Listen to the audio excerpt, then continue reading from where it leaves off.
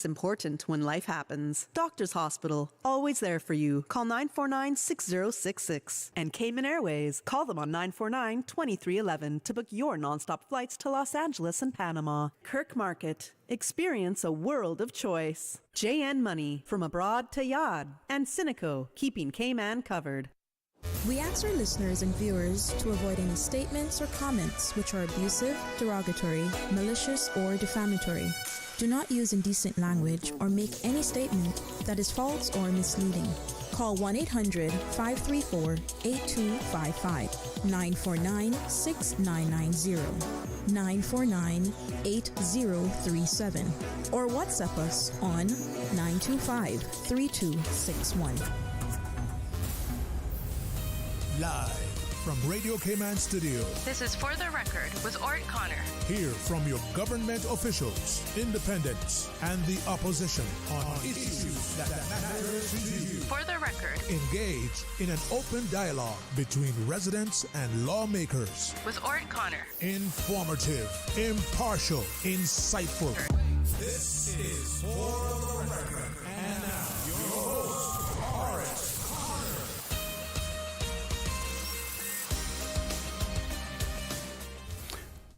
Good morning, good morning, good morning. A land of soft, fresh breezes and verdant trees. So fair. Today is Wednesday, the 10th day of September 2005, right here in the beautiful Cayman Islands. We do hope and we trust that everyone had a restful, peaceful, enjoyable evening. Those of you who are on our roads, we urge you to please be extremely cautious. Ensure that you observe the rules of the road. Maybe the life you save may just be your own. Very quickly, I'm going to abbreviate my opening comments today because we have some very important guests in the studio and some really important and exciting news to share with you as well. Just to remind you that For the Record birthday shout-outs during this period brought to you by Coca-Cola, who are proud to support your birthday shout-outs. Coca-Cola available across the Cayman Islands. You should accept no substitutes. Share a Coke with someone special. And very quickly, we see that Miss Erin Bawden celebrating her birthday today. And folks, yes, Lord Graham celebrating his birthday today as well.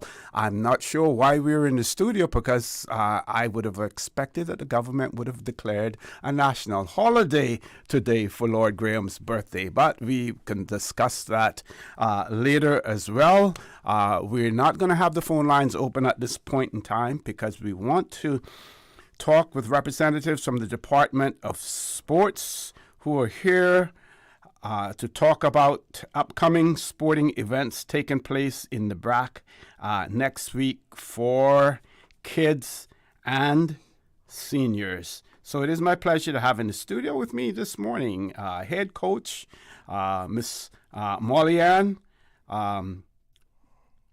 Mr. Orvin, and also Mr. Franz Manderson Jr.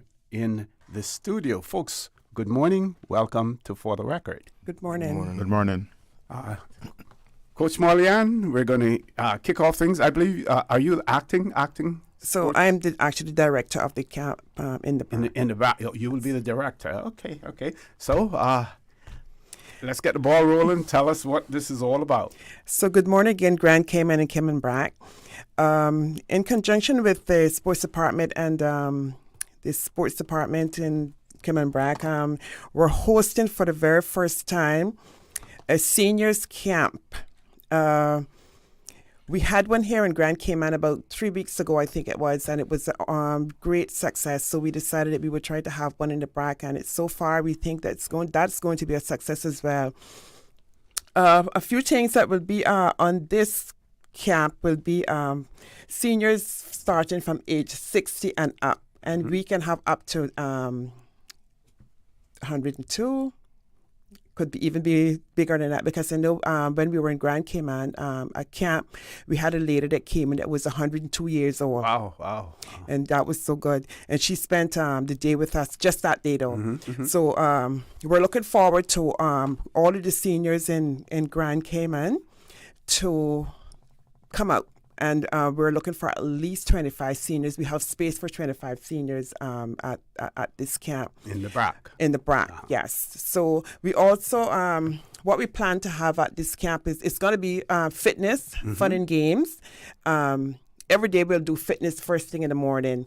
So we'll get their bodies moving and all those joints and stuff moving. And it's really, really a lot of fun. I make it a lot of fun because of the certain things that what I do with the seniors here in Grand Cayman as well.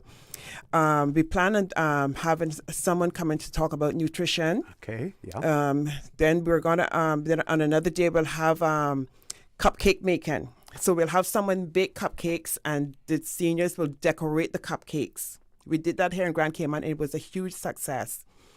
Outside of that, we'll have like mental games, memory games and stuff like that. I love memory games and stuff because I think it's really good for all of us. Even if we're young, I think it's important for us to do that as well. So that helps a lot there.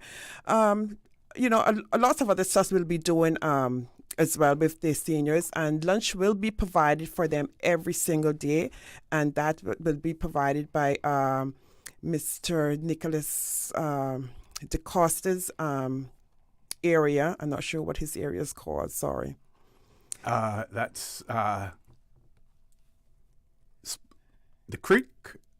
I'm not sure. Or Spot Bay. But I know that it's West End. Susan, can you help us there, Backer? Okay. Yeah, so yes. That ministry will be donating lunches for our seniors there. Okay, his ministry. So that would be district administration. Yes, yeah, correct. Part of it, yeah. So we're asking all the seniors that are registered. If you're not registered as yet, reach out to Miss Julie.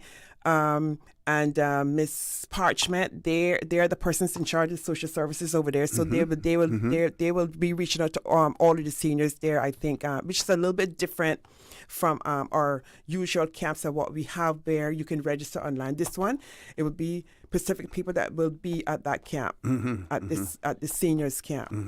Now, let's give the date because we said next week, but we didn't give a specific date and times that will be started as well. And I'm sure that people over in the Brac would be curious in the event that they don't have their own transportation to get to the venue, whether or not any transportation needs will be fulfilled as well. So transportation will be provided for those seniors that don't have. I was told by Miss Julie, so that was great that at least we can have that done.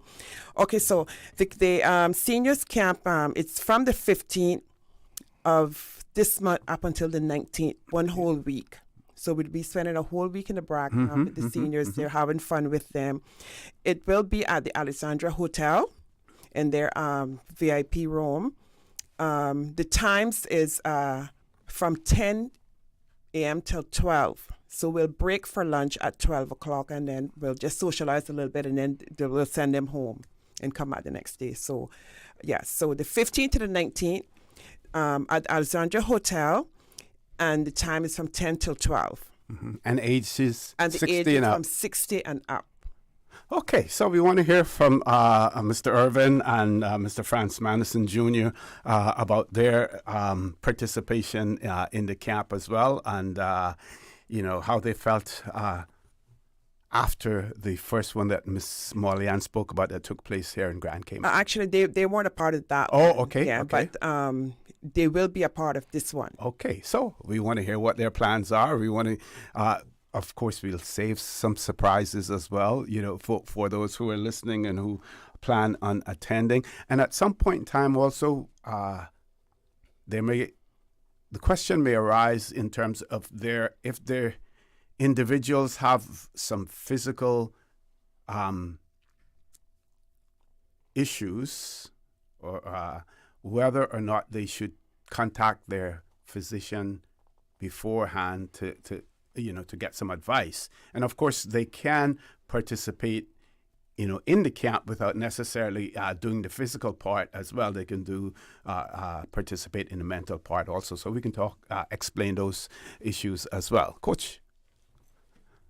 Yeah, so part of what we're going to be doing in the Brac as well, we're also going to be doing a back-to-school camp for the youngsters. That is going to be free of charge on the same days. We're going to be there for the week. Okay. And it's for children between the ages of 7 years to 18 years old. And that camp is going to be in the evening between 4 p.m.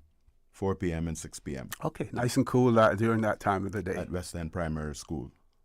Snacks and beverages will be provided for those kids as well. So what we hope to, for that sector of the Brac, is to try to impart as much knowledge. I'm going to be responsible for the netball part of it. Okay. Coach Franz is going to be basketball. Okay. Yeah, so we're going to try to give them different aspects of the games and stuff while we're up there. And we know that the Brac has really up-to-date, sporting venues and stuff like that. How important is that, and how does that make your job so much easier? Yeah, to be honest, haven't been to the Brac since 2010. I'm so ashamed to say that, but you may need a visa. Yeah, there. You better check that out before. In terms of the facilities, usually we would have this camp at the high school. Okay. But because it's on the renovation because of the asbestos. So we can't have that. So we're actually, I forgot to mention, it would have been mentioned in their segment earlier speaking, at West End High School, primary school, because they have a football field, they have a basketball and netball there, so we can do everything right there. So in terms of the facilities, it's kind of sort of put us back a little bit. So Franz will talk about basketball a little bit and go a little bit more in depth as Orvin has been doing. Okay, Franz Manderson Jr. Good morning, sir. Welcome back. Welcome to For the Record. Morning. So tell us about basketball and what your plans are. Basically, my plans are just to have fun with the kids and just identify some talent that we have over in the Brac, because we usually have a tournament or over the summer where the kids from the Brac will come to Cayman. And I'm never at them because I'm always doing something else with DOS. So this is my chance to just go over there and see the talent that we have in the Brac, and then just enhance the sport of basketball over there. Okay, so this will not just be a one-time event for you, but an ongoing project that you will take on in terms of more focus on the sister islands and the Brac in particular. Okay, and it's good for us to identify talent in all the different disciplines. I know Department of Sport usually do netball camp every year. We haven't done one since COVID, and I know before COVID also I did a tournament up there where we brought down 3 John Gray. I think it was 2 from Clifton Hunter, and then a private netball that came down, and we had a tournament there. I was coaching in the Brac, so we had 2 teams from the Brac, and it was awesome. So I would like for us to be able to do that again. Mitchum is a very big instrumental person in the Brac when it comes to sports. I just want to highlight that. Mitchum, if you're listening to this, hear me good. We can't do this without you, because you know all of the kids. You are in contact with all of the kids, and we need you this next week, for the whole of next week, to make this work. And I'm just reaching out to you to let you know that we're on board with you with whatever you want us to do. We're there to do, and we can work together as a team.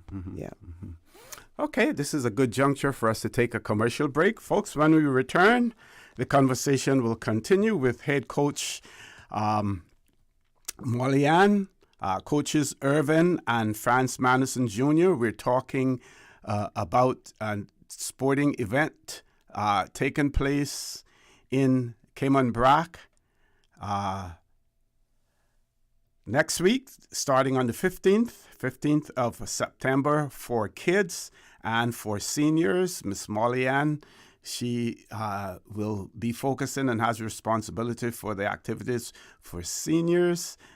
Coach Orvin and Coach Franz Manderson Jr. will be focusing on the kids and respectively basketball, and Coach Irvin, your discipline is netball as well. Folks, please stay tuned for the record. We'll be back shortly.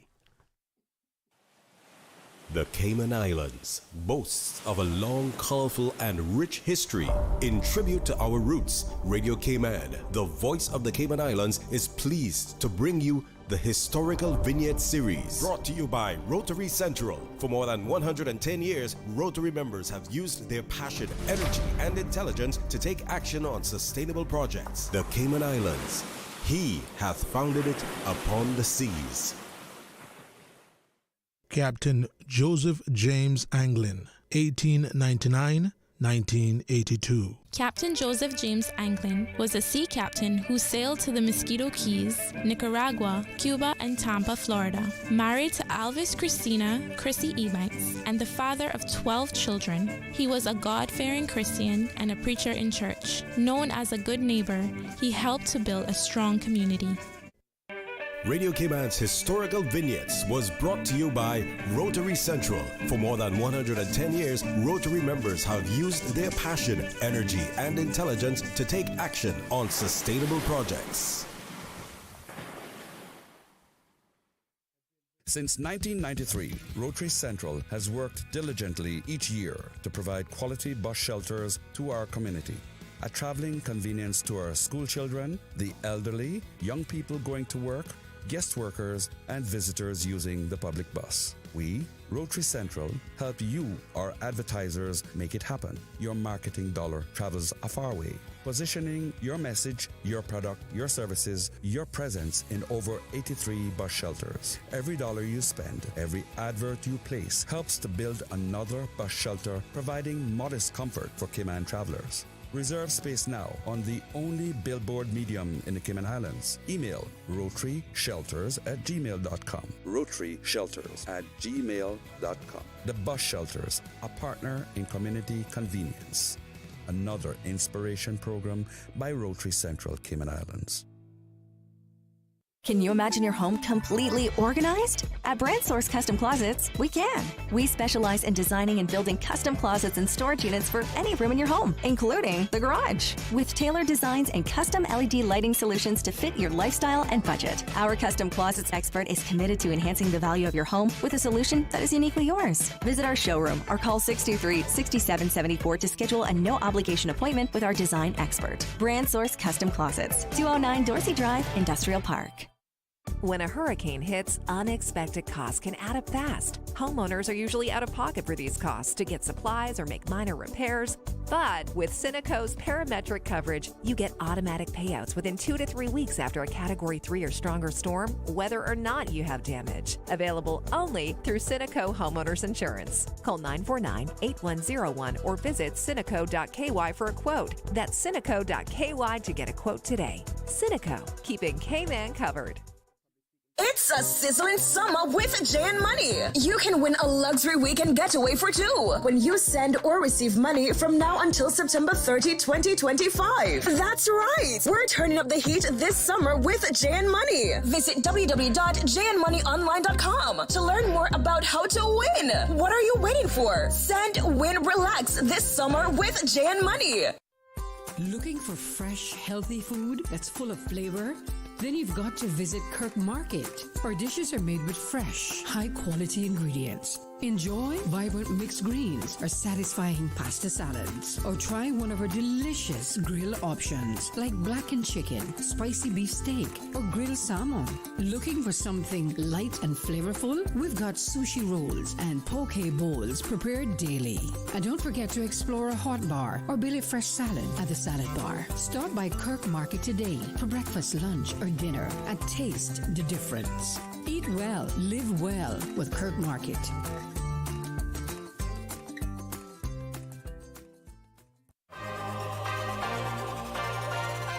This summer, happiness is better when you share it. Coca-Cola invites you to share a Coke with someone special. Grab an ice-cold Coke and find a name. Maybe theirs, maybe yours, maybe a surprise. Because nothing says you matter like sharing a smile and a Coke. So who will you share a Coke with today? Find your name, find your friends, and share a Coke. Available now at stores island-wide.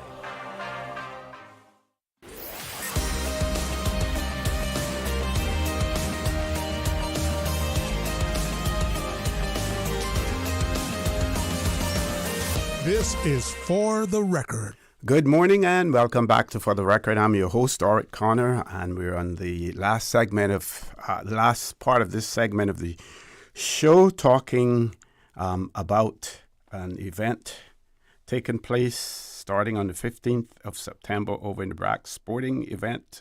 It's going to be for the entire week. And just for clarity, and I want to thank the listener who shared this with us as well, that Minister Nicholas DaCosta's, he's responsible for district administration, and his constituency area of the Brac is Cayman Brac West and Little Cayman as well. And of course, you heard Miss MollyAnn mention the fact that his ministry is supporting this event as well. So the event we're talking about will be in the Brac next week for kids and for seniors. And in the studio with me talking about that, we have head coach Miss MollyAnn, Coach Orvin, and Coach Franz Manderson Jr.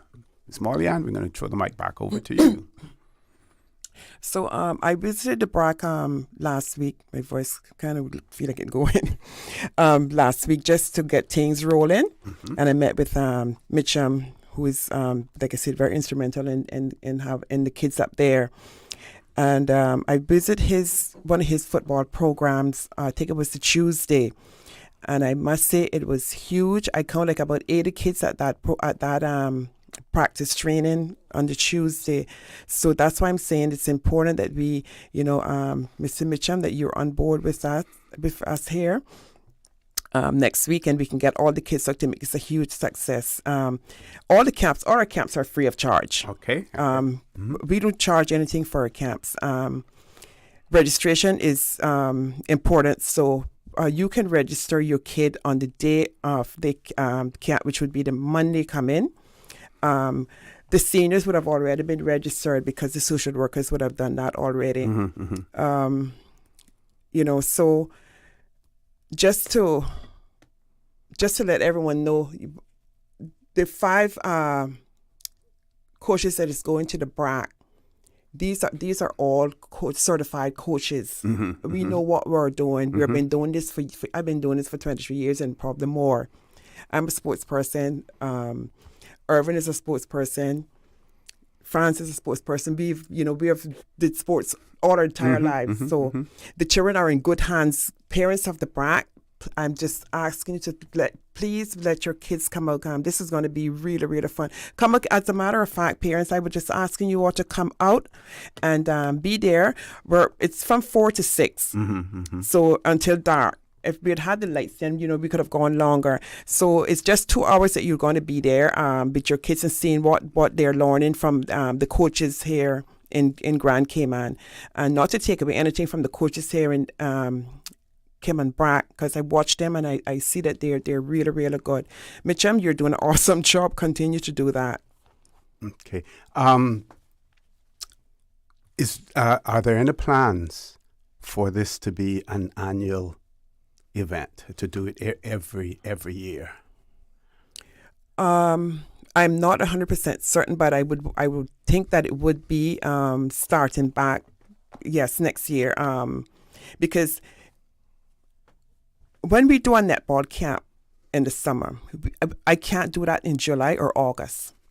I would get no support because the kids are going off on vacation and stuff like that. So we don't do it at that point. We usually do it in the month of September. That's where we get the big numbers. So yes, the netball camp would happen because this is something sudden. And now that we know this, and if it's a success, obviously we will try to have it next year, going forward every year after that, in conjunction with Mitchum and his team up there. So, we just reach out to them and let them know that. So I'm quite certain Miss Melinda has been a big, instrumental in this whole thing. Thank you so much, Miss Melinda. You're doing an awesome job. Okay, so Coach Manderson, tell our listeners and our viewers, those who may be watching, what they can expect as far as the basketball camp is concerned. Just a high-level coach, just trying to help and develop talent in the Brac. With my job, I get to send away a lot of kids to overseas. Okay. So I think this is a great opportunity for me and all the coaches just to see the talent that they have in the Brac. Because usually with our district basketball league that we have for DOS, a team from the Brac always comes over. Okay. So this is just another opportunity for me to go over there and see if we have any kids that can benefit truly from going away to high school and playing overseas. Coach Orvin, tell us about netball, and you heard Miss MollyAnn talk about the fact that the challenges in the summer months, as well, and Cayman continues to make its mark regionally and internationally as well, as a small jurisdiction. So, and volleyball has always been important and, one of the main sports in the Cayman Islands as well. Yeah, well, I guess coming out from this that we're going to be doing, that this is going to be a catalyst to get more players or people from the Brac interested in netball. I know that they've been doing some stuff. Over the years, I've been keeping in contact with Mitchum as well. Okay. And I've always wanted to take my netball club over there as well, but we haven't been able to get it put together. So hopefully that is going to be something in the future. But yes, in regards to them making their mark, what the hope is that even from this is that we'll be able to identify persons who will be able to, at some point make the national team at whatever level, whether it's under 16 and the 21s, I guess, that we would be able to get them together to go forward to represent the country on the whole. Excellent. So we have about 2 minutes left. We want to, Coach MollyAnn, we want to remind our listeners and our viewers, of the dates, the times, and the events. So for the seniors, the dates are, and the basketball and the football. The dates is from the 15th of September to the 19th. The seniors camp is from 10 to 12 in the morning. And in the evening, then we go from 4 to 6 for the kids. So Kim and Brackers, come out. My mom is on the Brac. I love you all. Come out and support all the kids out there. And for in particular for the seniors, it doesn't necessarily have to be physical activities. You're going to be there are going to be some other events taking place. Mental games or other games as well. And that's correct. So that people don't feel that they are, restricted only to physical activities. Yeah. I just want to also say thank you to our ministry, our chief officer. Thank you so much for all of the support that you've been giving our department, and we all do appreciate it. Thank you. And we know that if the folks in the Brac enjoy it, they're going to want you to come back next year. So I think you should start making your plans, from now for that. So true. Well, we want to wish you, all the best. I'm sure that it will be successful because we know that the people in the Brac will appreciate, coming over. So many on so many past occasions, they felt that like they were left out, that they were separate from Grand Cayman, and inclusion is so important. And I'm sure that you can expect all of the support from them. Well, I know especially from the seniors, when I spoke to the social workers, they were like they were like on top of the world. Yes, we want you guys to come and do this. You know, they're into it because they're working with me to get everything sorted out and stuff like that. So that was really, really good. I know that we will definitely do the seniors every year. Excellent. Folks, top of the hour, 8 o'clock news. When we return after the news, we will have the leader of the opposition, Honorable Joey Hugh, and I believe also in the studio will be with us Mr. Roy MP, Mr. Roy McTaggart, both from the opposition. Don't change that dial. Please stay tuned. For the record, we'll be back immediately after the 8 o'clock news. Thank you, Mr. Connor. And studio time is 8:01, brought to you with the kind compliments of Foster's. When you're on the go, the experienced team at Foster's Pharmacy are here to help. Drop off your prescription while you shop or WhatsApp us and we'll prepare it, ready for your arrival. Whether you need prescription or over-the-counter medications, blood glucose testing, or advice on vitamins and supplements, we're here early in the morning to late at night. Both of our locations at our Camana Bay and airport stores are open 7 a.m. to 9 p.m., Monday to Saturday. For more info, visit fosters.ky/pharmacy. Foster's Pharmacy. Better health because we care. We are Radio Cayman. Covering Cayman Brac, Little Cayman, and Grand Cayman. 1 in a million. For today's biggest news. Radio Cayman, the voice of the Cayman Island.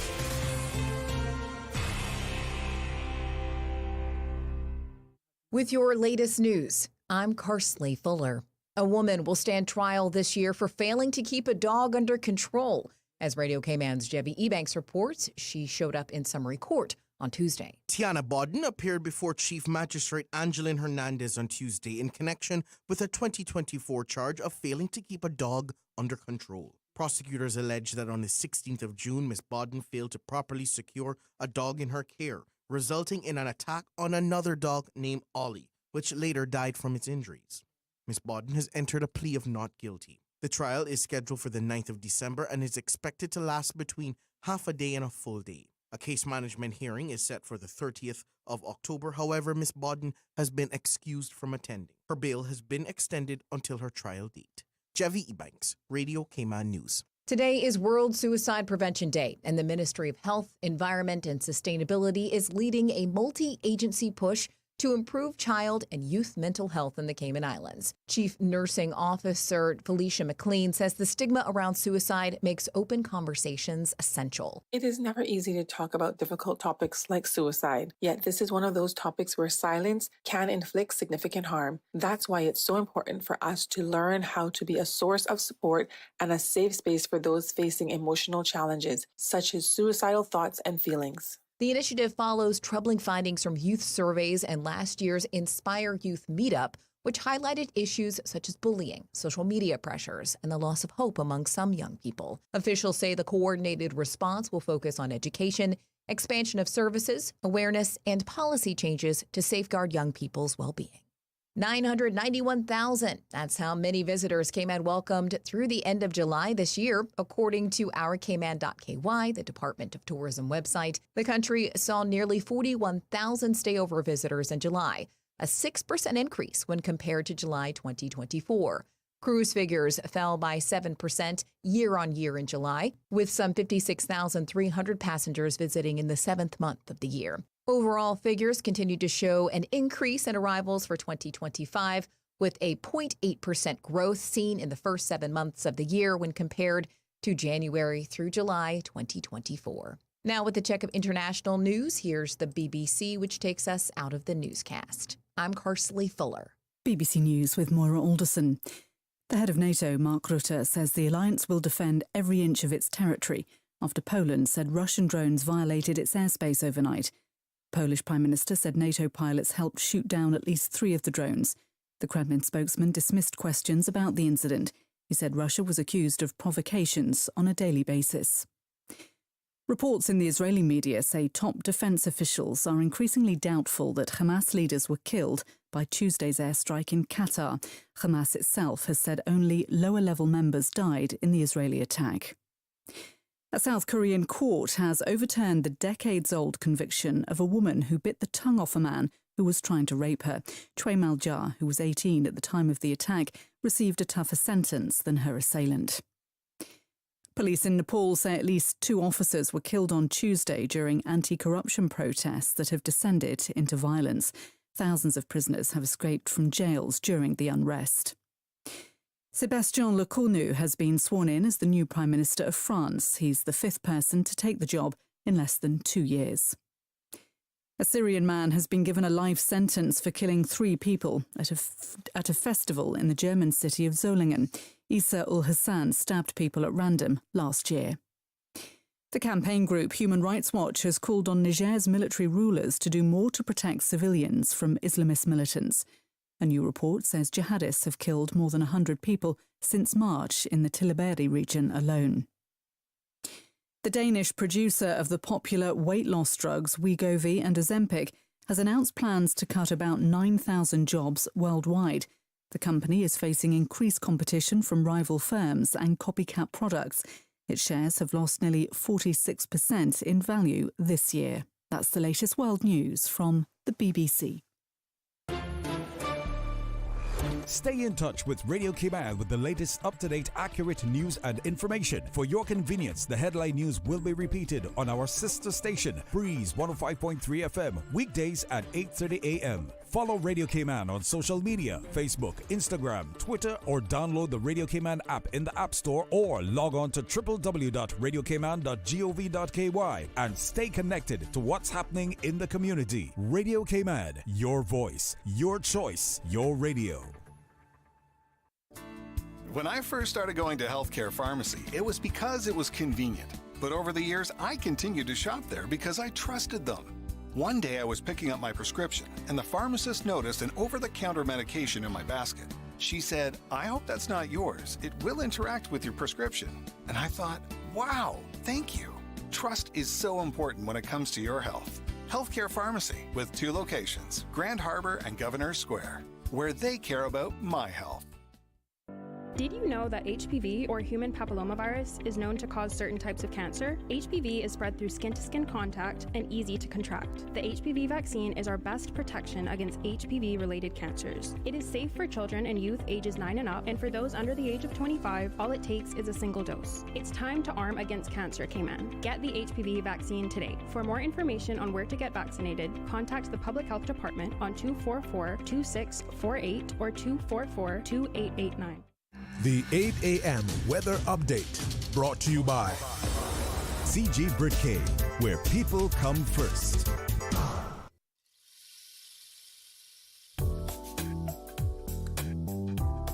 Pleasant good morning. Let's take a look at the latest weather report. Current temperature is 86 degrees.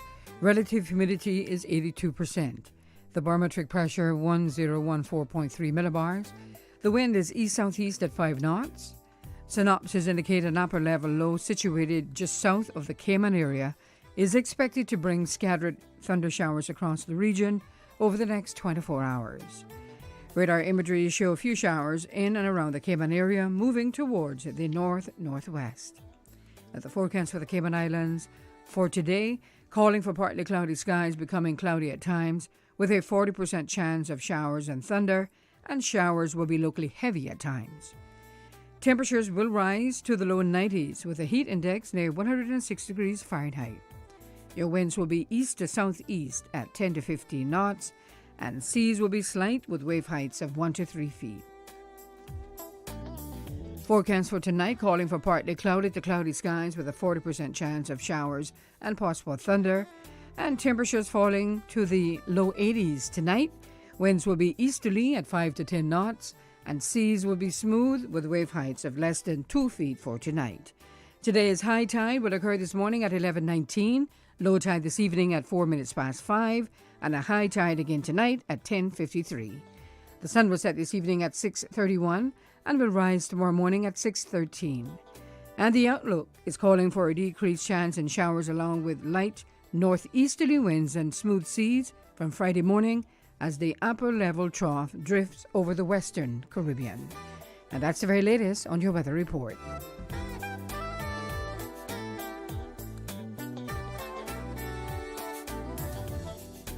Hey folks, thanks for your patience. We'll be taking off very shortly. Should be wheels up in about 40 minutes.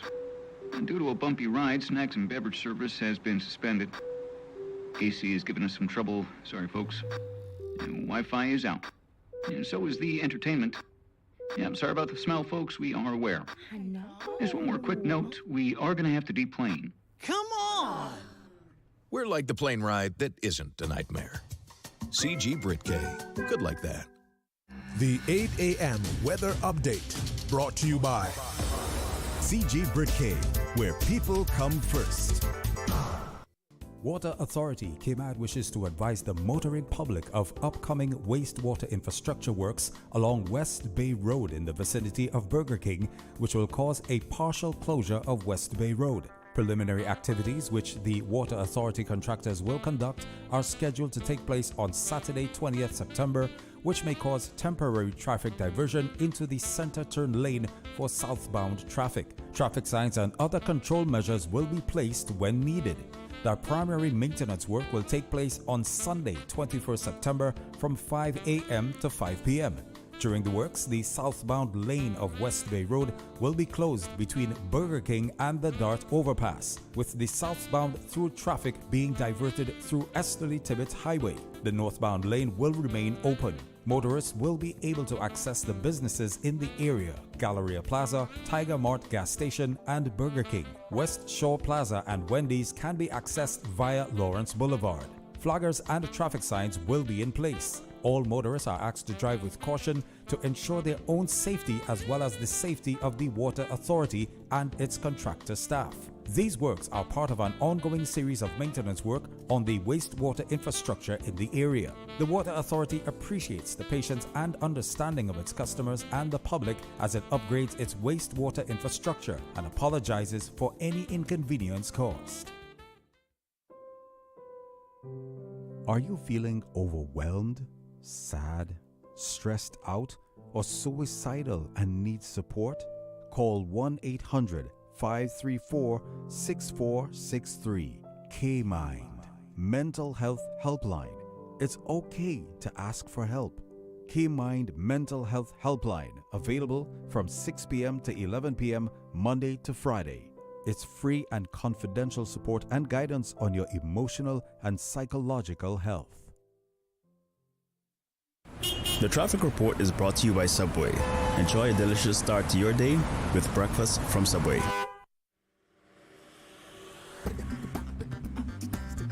Top of the morning to you. Let's check in with traffic, see what's happening on our roads. Expect some delays if you're coming from the east, as traffic is bumper to bumper, Shamrock Road. As you approach the Linford Pearson Highway, traffic is heavy on there as well. Coming off of Bobby Thompson Way, steady traffic, and steady traffic coming off of Agnes Way. Delays expected. On Cool Road, traffic is crawling, heading to Georgetown area, and heading east on Cool Road, traffic moving on moderately on Cool Road. Downtown Georgetown, not looking too bad as traffic flowing nicely on Edward Street and Shedden Road out of Georgetown into Georgetown on Shedden Road, moderate flow of traffic.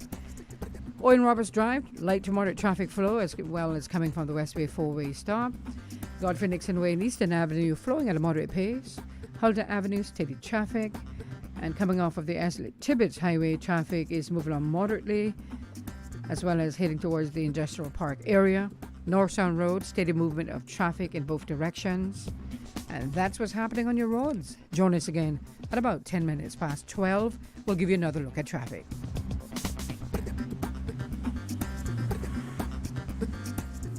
Get ready for something sweet, spicy, and totally crave-worthy.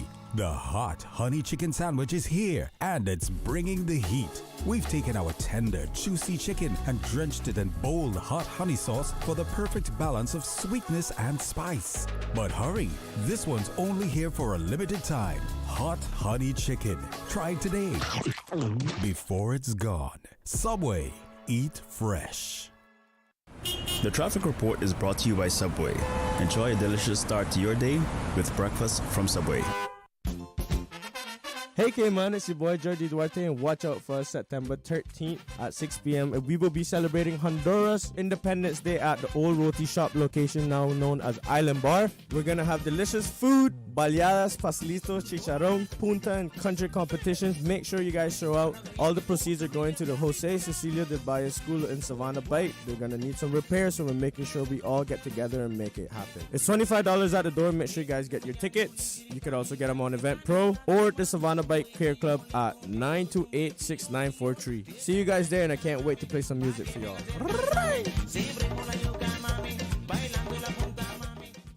Your mornings just got a whole lot buzzier.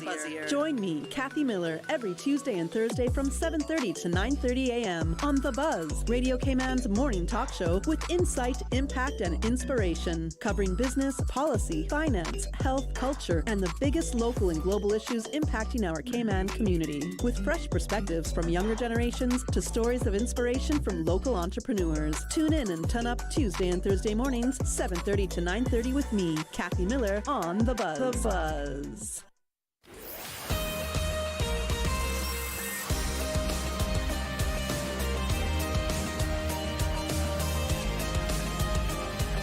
For the Record with ORRETT Connor. Good morning and welcome back to For the Record. As promised, we have the Leader of the Opposition, Honorable Joey Hugh, in the studio with us, and we're expecting MP Mr. Roy McTaggart as well. Just before I pass the mic over and say good morning to him, we have a happy birthday greetings going out to Lord Graham from his friends at the TCE Paint Shop as well. So, Mr. Leader, good morning. Welcome back to For the Record. It's been, quite a while, but everyone needs that little break during the summer. I even, to me, took a little break for a week. Yeah, good morning, OC. How are you? I'm fine, good. thanks. Good to be back here. And yes, I did take a little break over the summer, and I think we kind of, when I came back, you were gone. But let me also offer my birthday wishes to Lord Graham, affectionately known to me as Romy. But let me say, first and foremost, good morning to the Cayman Islands, Grand Cayman, Cayman, Brac, and Little Cayman, and in particular the folks of Georgetown North. I understand the traffic is a bit heavy out there this morning, so I want to encourage you as you make your way in to be careful and be courteous and ensure that you don't have any fender benders and bat the traffic up even further. I am expecting Mr. McTaggart to join us this morning. I'm sure he's caught up in that traffic trying to get in as well. But it is certainly a pleasure to be back and lots to talk about. Okay. And I think everyone basically, two things that we know our listeners are curious about. Number one is your take on the financial position of the Cayman Islands at this point in time, based on what is being said and based on the revelations that came out during the Public Accounts Committee meeting, as well. And one of the things that I want to do also is to look at the last rating that we received. Normally, our ratings come from Moody's. Moody's, Yep. and to see what Moody's last rating would be, because that is basically what most investors, would look at, the type of rating that any jurisdiction has as well. So. Yeah, absolutely. It has been an interesting couple of weeks in that sector. We had the Public Accounts Committee, and Mr. McTaggart, who chairs that committee, I'm sure will speak in depth to a lot more when he gets in. But we have found it quite interesting. We will have a press release coming out today on the matter. It always baffled us, and Mr. McTaggart will say when he come in, he's always questioned how we got to that $60 million projected deficit. What is even stranger in our views is how did we so quickly get from a projected $60 million deficit to perhaps breaking even or a small surplus at the end of the year. We know that one of the actions taken by the government was a hiring freeze on non-essential. If my memory serves me, as I've said before, over the last few finance committees, there were many unfilled positions within the civil service. I know that especially in some of the areas around finance and stuff, there were many unfilled positions. So I don't know if a freeze on those and not filling those positions. I saw a figure put out there recently by the civil service saying that they have recognized some savings already. Those savings would have shown up at the end of the year anyhow if you didn't fill those positions, in particular if they weren't filled for the last 2 years or individually this year. But then the figure that they spoke of, I think, was around 10 or 11 million. That is nothing near to $60 million to say that we've had such a turnaround. So there's certainly some disparities there, OC. We are concerned about that. When the preview came out, there was a projected surplus, a projected deficit, I think somewhere in the $40 million area. And then when the government came in, they doubled down on it and said it's more like $60 million. And now, just over 4 months later, with no other real action than a freeze on non-essential civil servants hiring, we are all of a sudden saying that there won't be a deficit and possibly a surplus. So we are looking into this. We will give them the benefit of the doubt and hope that there was no mischievousness there.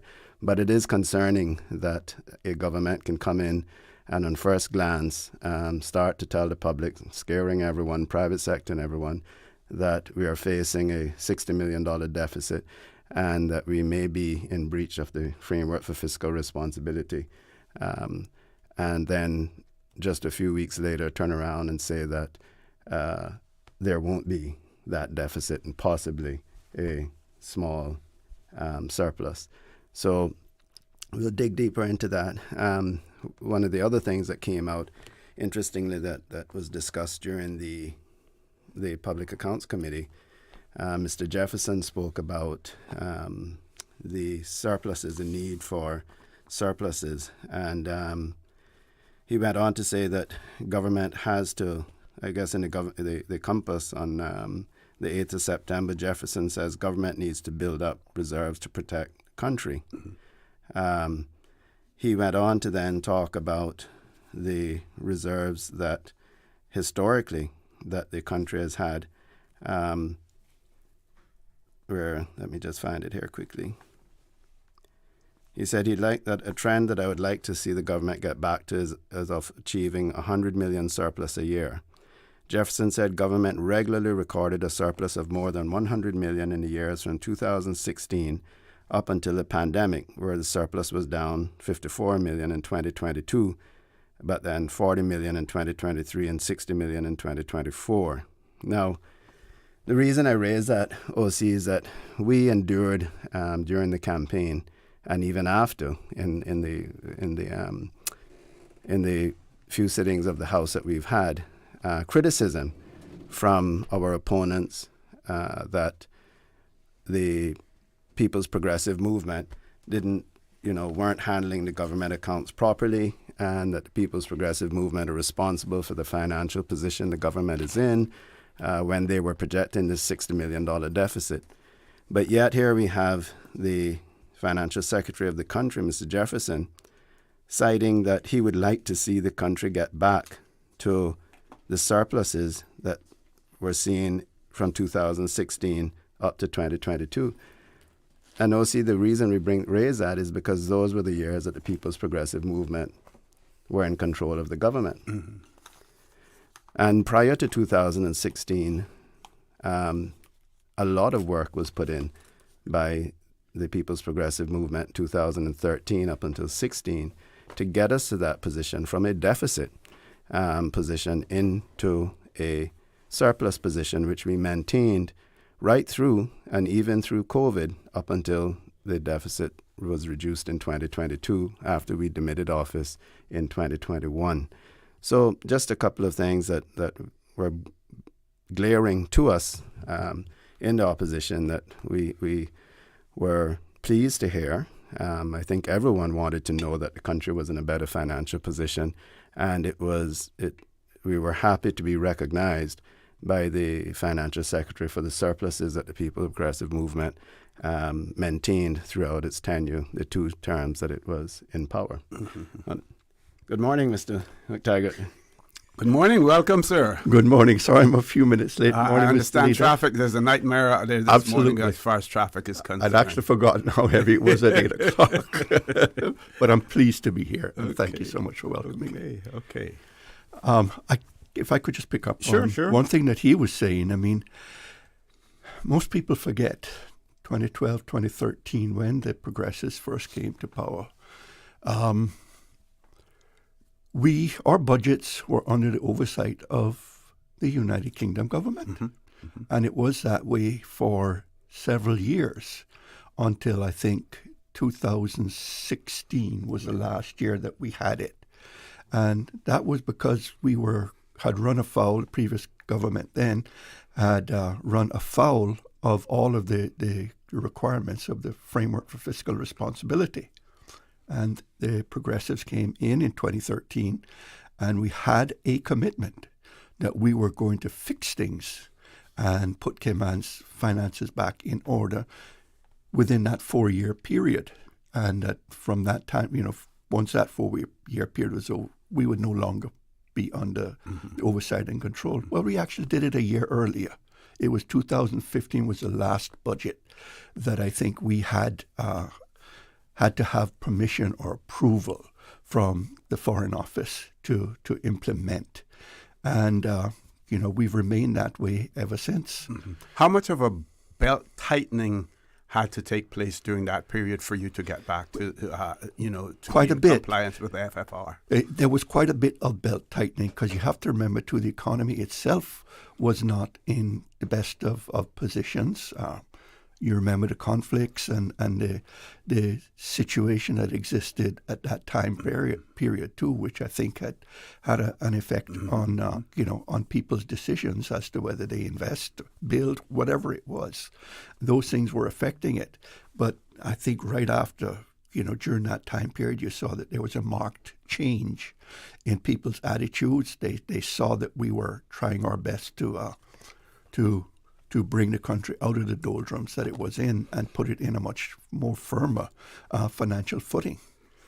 And I mean, during my term as Minister of Finance, I mean, I'd never seen such larger, there were during that time period we had, record surpluses, 150, 140 million, during that time period. So, yeah, and it's important to know. I mean, when I think I always speak about where the People's Progressive Movement are cast with this pro-development and that sort of thing. When we came in 2013, Marriott was under receivership, the Westin was in receivership, and the Ritz was just about in receivership.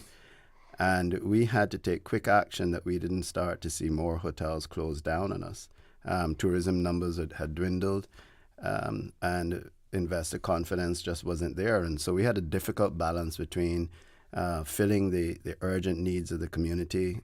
We recognized back then when the pensioners were just receiving, I think, $350 a month, or trying to live off of $350 a month. And we ensured that we increased that each year until we took it up to, I think, the $950 when we demitted office, as well as the much needed construction of schools, the roads, the situation that we were in. So it was a very difficult balance, and it took a lot of compromise in that caucus room when you come in as a new minister, you come in as a new government, you have all these ideas and all these things you want to do, all these promises you have made, and then the reality hits that, hey, you have to narrow down to what is critically essential and what we have to do as a government to get the country back on good standing and back in a strong fiscal position, a strong financial position.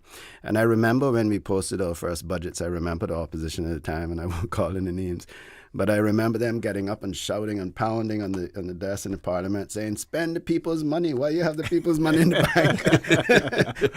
give the people their money, spend the money, spend the money, spend the money. And, we continuously said, listen, we've learned our lessons in the past. We've learned our lessons from the 2008 recession. We've learned our lessons from Hurricane Ivan. And so said, so done. Thankfully, we had built up those reserves when COVID came.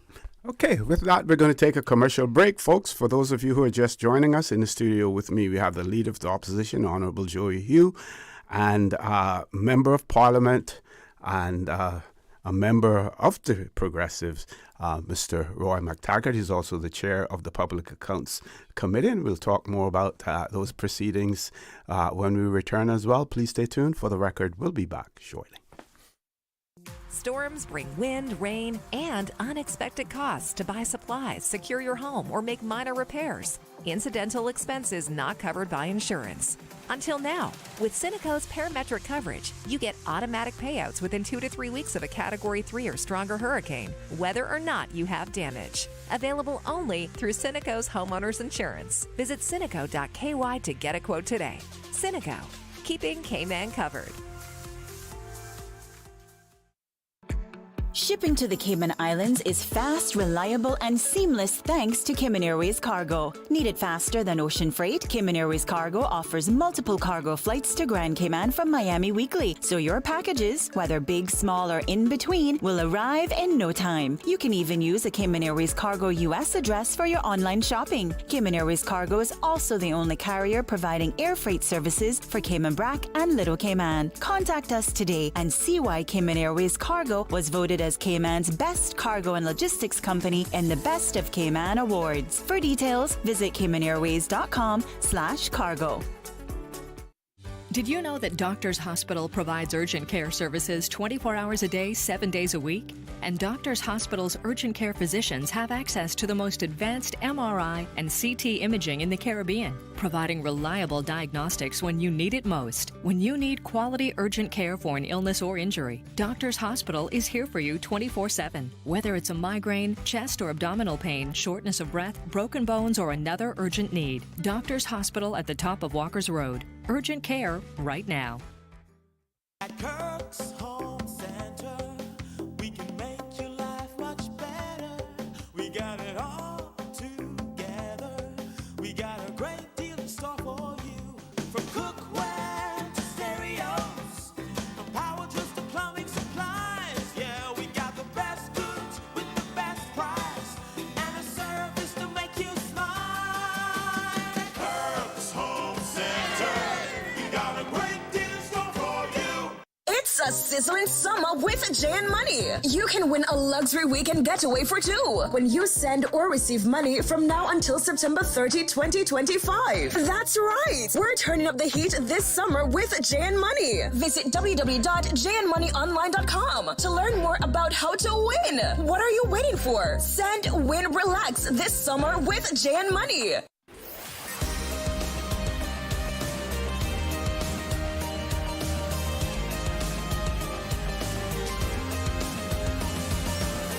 This is For the Record. Good morning and welcome back to For the Record. Wednesday being Opposition Day, it is my pleasure to have in the studio with me this morning the Leader of the Opposition, Honorable Joey Hew, Chair of the Public Accounts Committee, a Member of Parliament, and member of the Progressives, former Leader of the Progressives as well, Mr. Roy McTaggart. Folks, I believe at some point in time we may have mentioned Moody's rating of the Cayman Islands as AAA, and that is incorrect. So Moody's recent rating, AA3, Moody's has maintained the Cayman Islands government's AA3 bond issue rating. AA3 country ceiling rating and a stable economic outlook as of June the 24th, 2025. This rating is supported by the Cayman Islands' low debt burden and substantial liquid reserves the government's commitment to fiscal discipline and compliance with the Public Management and Finance Act and the framework for fiscal responsibility has been recognized, reinforcing confidence in the jurisdiction and fostering economic activity. When we look at and that gives a partial description of AA3 rating. Moody's AA3 rating is a high-grade investment-grade credit rating indicating a very strong capacity for repayment of financial commitments with a low risk of default. But it is one step below the highest grade AA1 and AA2 ratings. It signifies the issuer has excellent financial backing and a minimal vulnerability to foreseeable events, placing it in the upper medium credit quality tier of Moody's rating scale. So there we go with that. Now, I have always said in my mind, and I believe I may have said it out loud as well, and you've pointed out to the challenges that we had when the progressives took office. But I believe that one of the hallmarks of the history of the Cayman Islands is that we have never defaulted on any loan payment so far. I think that is correct. And that is extremely significant when people are looking at investment and at ratings as well, Mr. McTaggart. Yeah, O.C., you're entirely right. And I think that's a testament to the commitments of those who preceded us as well, because we've had this AA3 rating now for many years. It hasn't moved, and it's as you indicated there, you're in the upper medium, area in terms of risk and of potential defaults. So I mean, any debt that the government issues, it's coming with that record of stability and ability to pay. I recall in the old days before we came onto the Public Management and Finance Act was implemented and we changed the system of accounting for cash basis, that, under the law then, the repayment of debt was, one of the first charges against the government revenue. Yep. The other one being, the salaries of civil service and pensions. Two first charges. They had to be paid. So yes, we have this history now of recognition by Moody's and by the investing community of having this AA3 rating.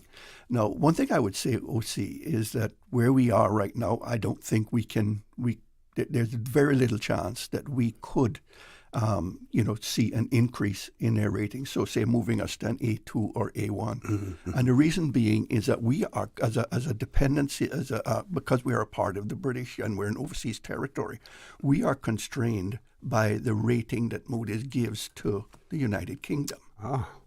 So, and if I know that the UK had an AA2 rating, and I think in probably the last couple of years, it dropped down to an AA3, so the same rating as the Cayman Islands. I'm not completely sure on it, but I do recall hearing that they had moved them down one notch. So, I mean, we can never be, as long as we remain an overseas territory, we can't be above the United Kingdom in terms of their ratings. Okay. So that's a constraint for us. But any way you look at it, not many countries have an AA3 rating or an A2 or AA1. It's even the United States now has an AA1 rating.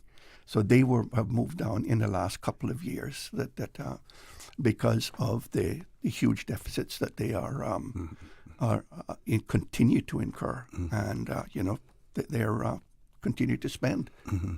So the fact that perceived or real tie-in with the UK's rating, does that have anything to do with the fact that ultimately and some say, well, it may be more moral than financial, but there's an obligation that if we were to default, then the United Kingdom, because we're an overseas territory, that if we were to default, then it becomes the responsibility of the United Kingdom. Yeah, the UK is the backstop. Mm-hmm. Mm-hmm. And, that needs to be taken into context here as well. But either way, the rating is very powerful and indicates that, there's very low risk that that Cayman Islands would default or on the repayment of any of its debt. Mm-hmm. Now, I don't want to distract from what you gentlemen want to talk about on the show, but at some point in time, I'd like you to talk about when you do have surpluses, what do you feel should be done with those surpluses? Should they sit in a government bank and the government says, here's the money that we have, especially if you're coming to an election year where you want to impress in terms of what you have, but whether or not that should be the case. And the other question is, based on the FFR, all of the guardrails that we have to put in that are in place, the fact that you have to have certain amount of reserves to cover a certain period, is there a need then to amass a huge bank account as opposed to spending, like you said, the opposition would beating the table in Parliament and say, spend the people's money? Should that money be spent for the benefit of the people of the Cayman Islands, especially those who find themselves in a less fortunate position? I'll take a first stab at that, OC, and just say, historically, looking at what we did, was we cautiously continued to help those who needed it most. We were building homes. In fact, some of the homes that the current government are saying that they built during first 90 days, I don't know how they did that, but that is on land that was purchased during the PPM administration. As I said earlier, we increased and brought each year we increased the payment out to the pensioners and the most those who are most vulnerable in the community to bring that up to where they could actually live from that. And that has continued to cut over the last couple of years till it caught up to speed. So we did do these things. We did invest in capital projects. We did it all using cash. We didn't borrow anything. But when COVID hit, the importance of having that cash reserve, the ability to make that decision to close our borders before anyone else in the world, really, to protect our people, that was because we had that cash position that we could look at it and say, listen, we can survive 120 days or more if we don't collect a single dollar. So let's do this. And the result of that was people looked at us and said, wow, these guys have it together. The result of that may be an unintended consequence where people said, I want to move to the Cayman Islands because these guys, what they're doing, they're protecting their people there. They're standing their ground, following the science, and at the time using the information that was available to us. I don't think anyone had a playbook on how to deal with a virus like this. So I think it's important that you strike that balance. It's not about everybody in the old days, and it's not, it isn't about building a building so you can get your name on it, and having to unveil a big plaque before your 4 years are out so you can try to get reelected. That shouldn't be why we're there. It's 4 years you're there until the next election. You have to look past that. You have to say, listen, we have to think about this, whether we're in government this time or the next time. Or the time after that, we have to look down the road for what is best for the Cayman Islands and the people of the Cayman Islands. And that is a position that we took whilst we were in the government.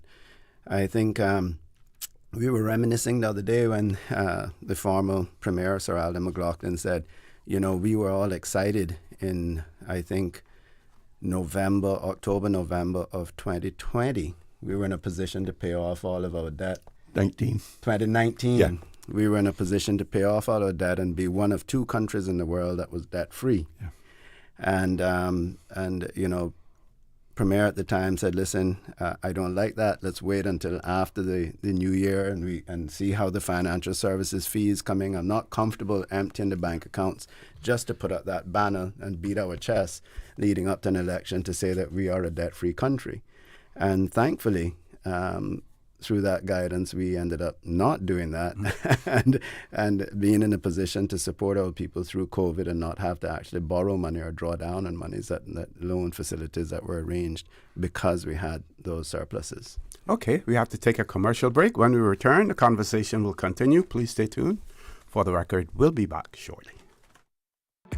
Shipping to the Cayman Islands is fast, reliable, and seamless thanks to Cayman Airways Cargo. Need it faster than ocean freight? Cayman Airways Cargo offers multiple cargo flights to Grand Cayman from Miami weekly, so your packages, whether big, small, or in between, will arrive in no time. You can even use a Cayman Airways Cargo US address for your online shopping. Cayman Airways Cargo is also the only carrier providing air freight services for Cayman Brac and Little Cayman. Contact us today and see why Cayman Airways Cargo was voted as Cayman's best cargo and logistics company in the Best of Cayman Awards. For details, visit CaymanAirways.com/cargo.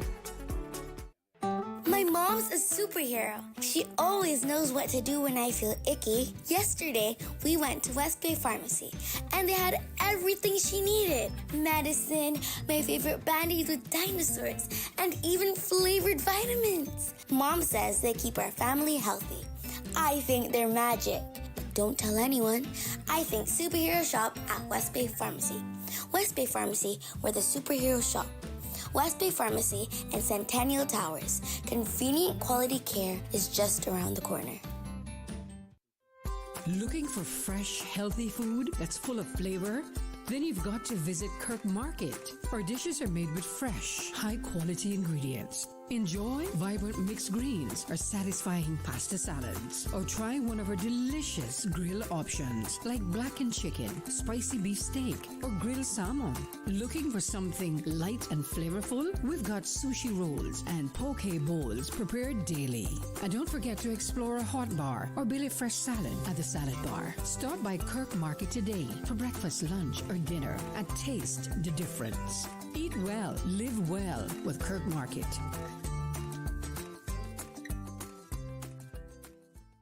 Your dream home starts with a vision, and often inspiration is at the heart of that vision.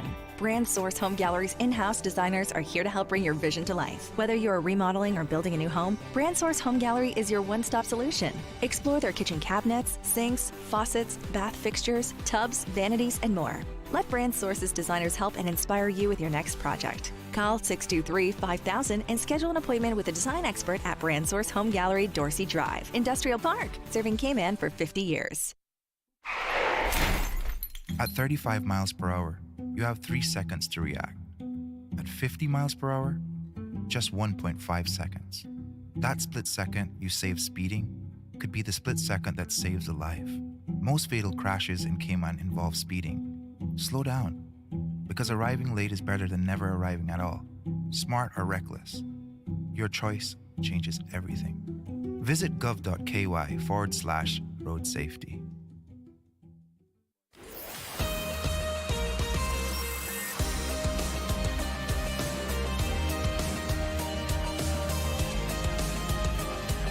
For the record, with ORRETT Connor.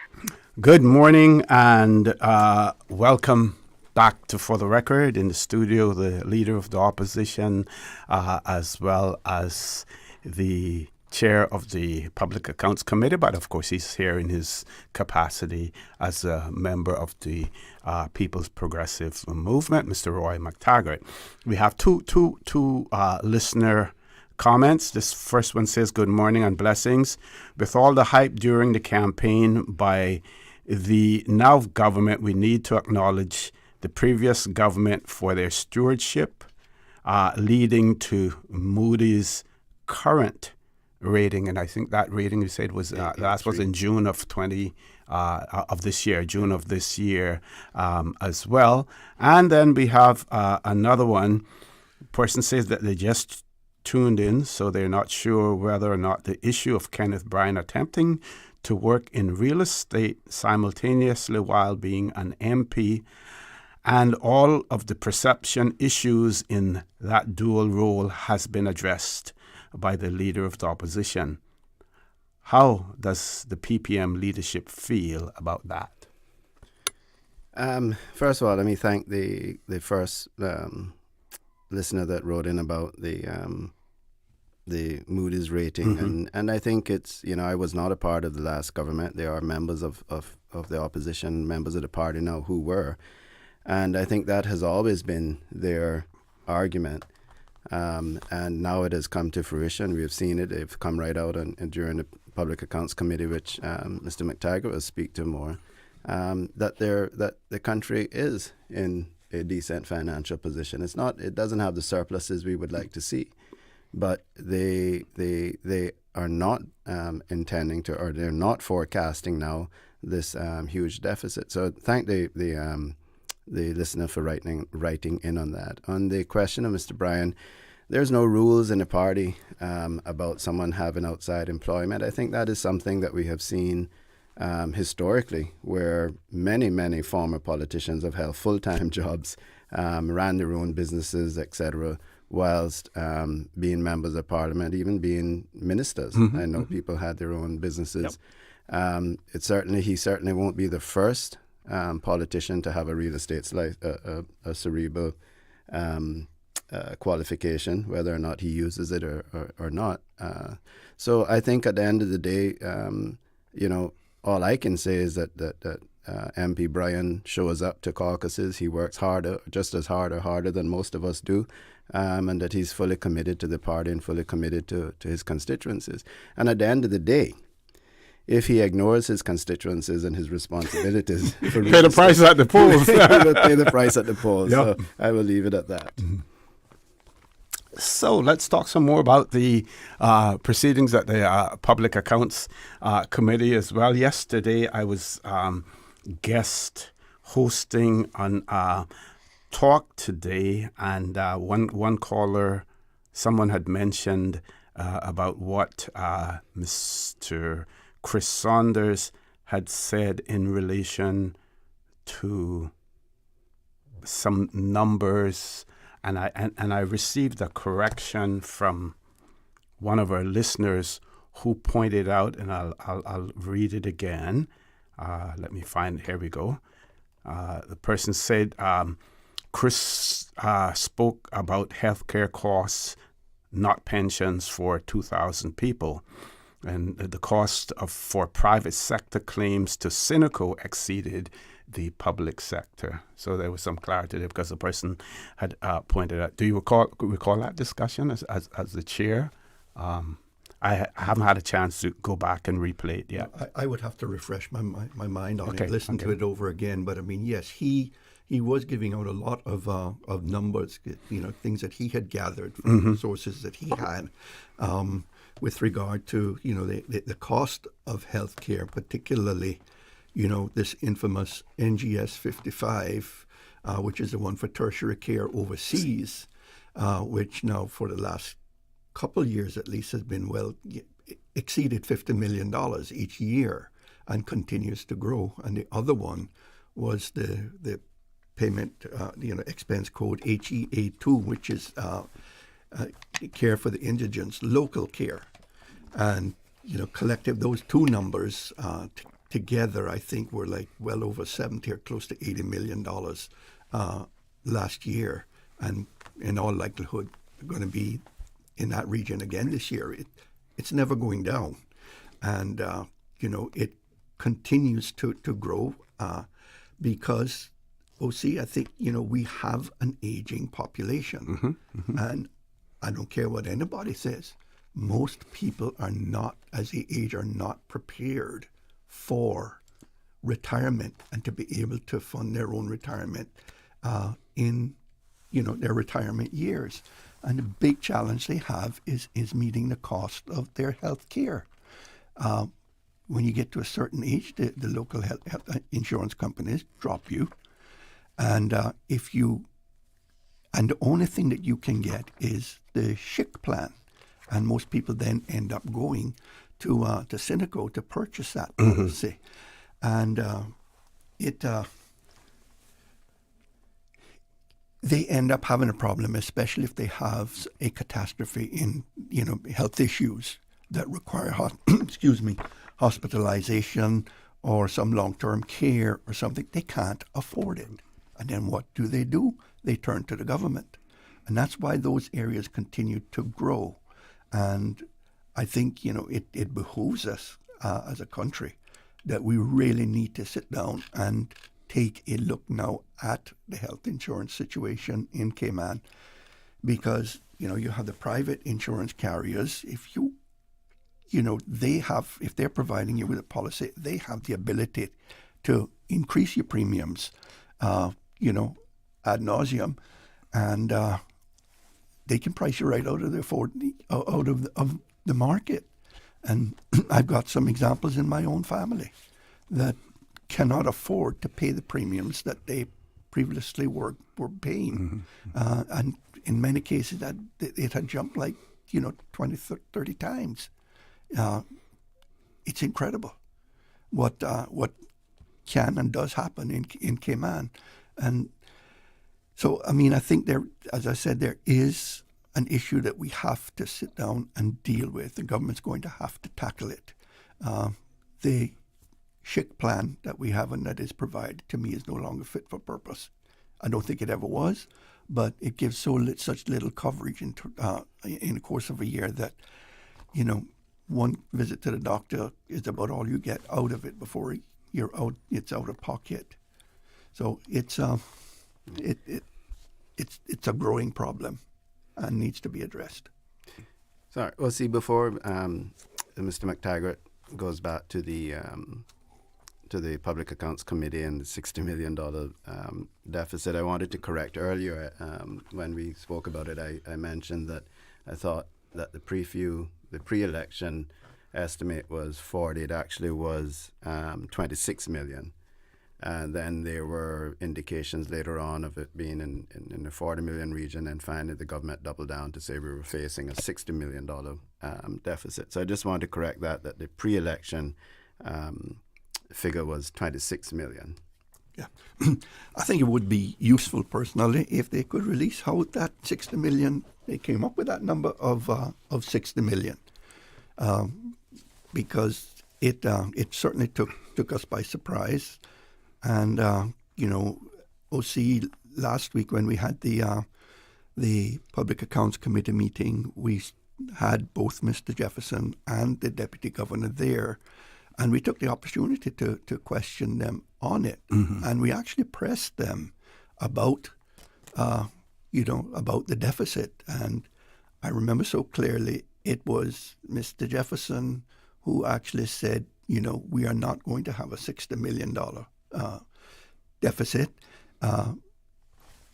When pressed on it, he said he was expecting now that they would end up in a break-even position, which is a remarkable improvement over what is a very short period of time.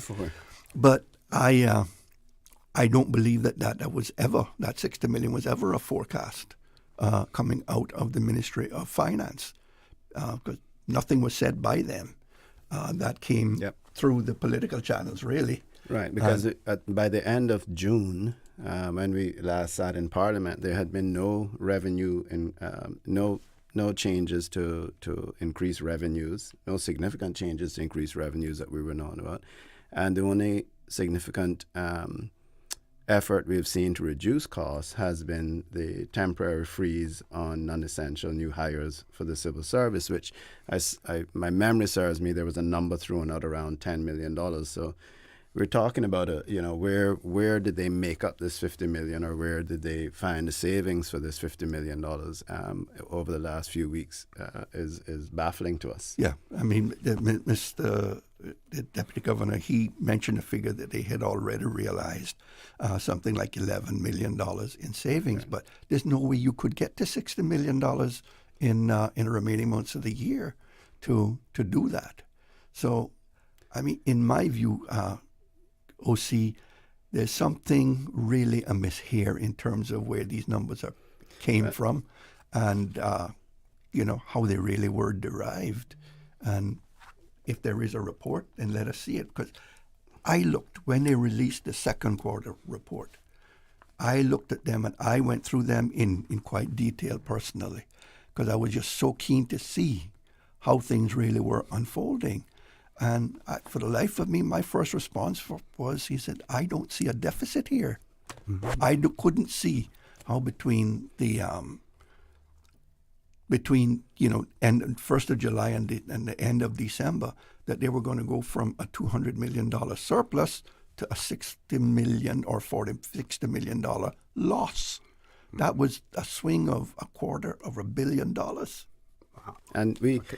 I'm going to interrupt you for a second so that we don't have to break your train of thought when we come back, because we got to go to our 9 o'clock headline news. Okay, folks, please stay tuned. For the record, we'll be back shortly. From Radio Cayman's newsroom, this is Headlines. Local, regional, international news.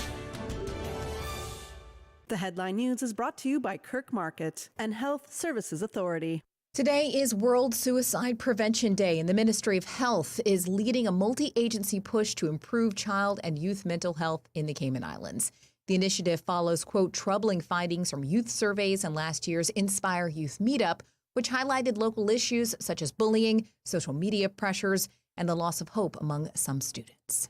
In international news, Poland's Prime Minister Donald Tusk says Poland is at its closest to open conflict since World War II. He says up to 4 of 19 Russian drones were shot down by Polish and NATO aircraft, marking the first time Russian drones have been shot down over the territory of a NATO country. Poland's Interior Ministry says 7 drones and the remains of an unidentified object have also been found. The Kremlin says it won't comment. Earlier, a Russian diplomat in Poland rejected claims of drones in Polish airspace.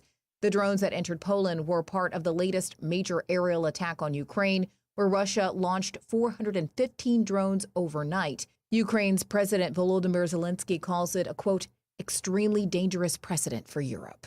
And a federal judge has temporarily blocked President Donald Trump from sacking Federal Reserve Governor Lisa Cook, who's part of the board responsible for setting U.S. interest rates. The ruling is a win for the central bank in an unprecedented legal battle with the White House over the independence of the Fed. Last month, Trump said he had sacked Ms. Cook, but the Fed said she remains a governor. Those are your headlines. I'm Karsley Fuller. More news available at www.radiocayman.gov.ky. Check out our social media pages: Facebook, YouTube, X, formerly Twitter, Radio Cayman Headline News.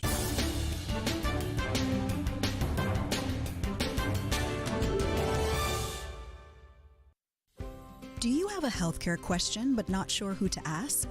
Contact HSA's Patient Call Center to speak to one of our experienced clinical team members. We are here to answer your questions and help guide you through your healthcare journey. Need to make an appointment? Our team can help. Contact HSA at 949-8600 or email info@hsa.ky. At HSA, we are committed to caring for you.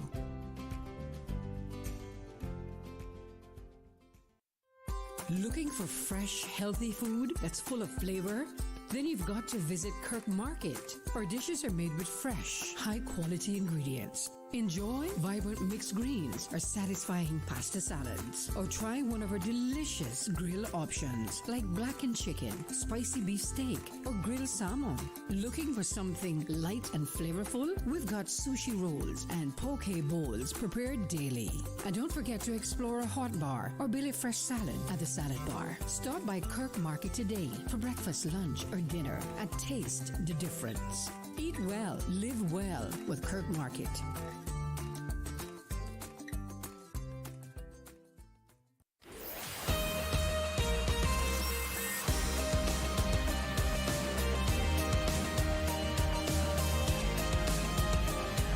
For the Record with ORRETT Connor.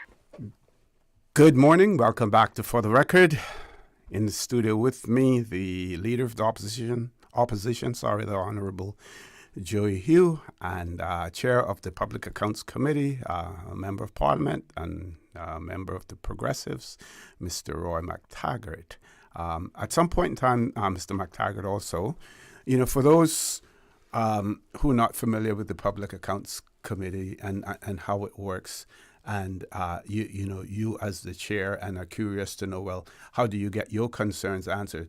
When you watch, like, for instance, the House of Representatives, where you have the chair of the of whatever committee it is, and then you have a ranking member, they normally get an opportunity for some closing opening comments and closing comments as well, but not a whole lot of opportunities to engage in the dialogue. And at some point, if you can explain how it works in our Public Accounts Committee, I think that would be helpful from a civics standpoint. But I think, Mr. Hugh wanted, I had to cut him off earlier. Yeah, I just wanted to wind up on the discussion and just rehash that, we got this pre-election forecast of $26 million deficit. It was questioned. It became a huge political issue, and it was used throughout the campaign by several parties, embellishing on it, scaring the country that the country is going broke, and blaming it on a PPM, which had over $100 million surpluses during our time. But then, after the election, they had a review. I think figures came out in the $40 million range. And then the Minister of Finance sat down in June in the Parliament prior to the July break of the Parliament, and in detail took time to say that we were facing a $60 million deficit. And now, 8 weeks later, with no real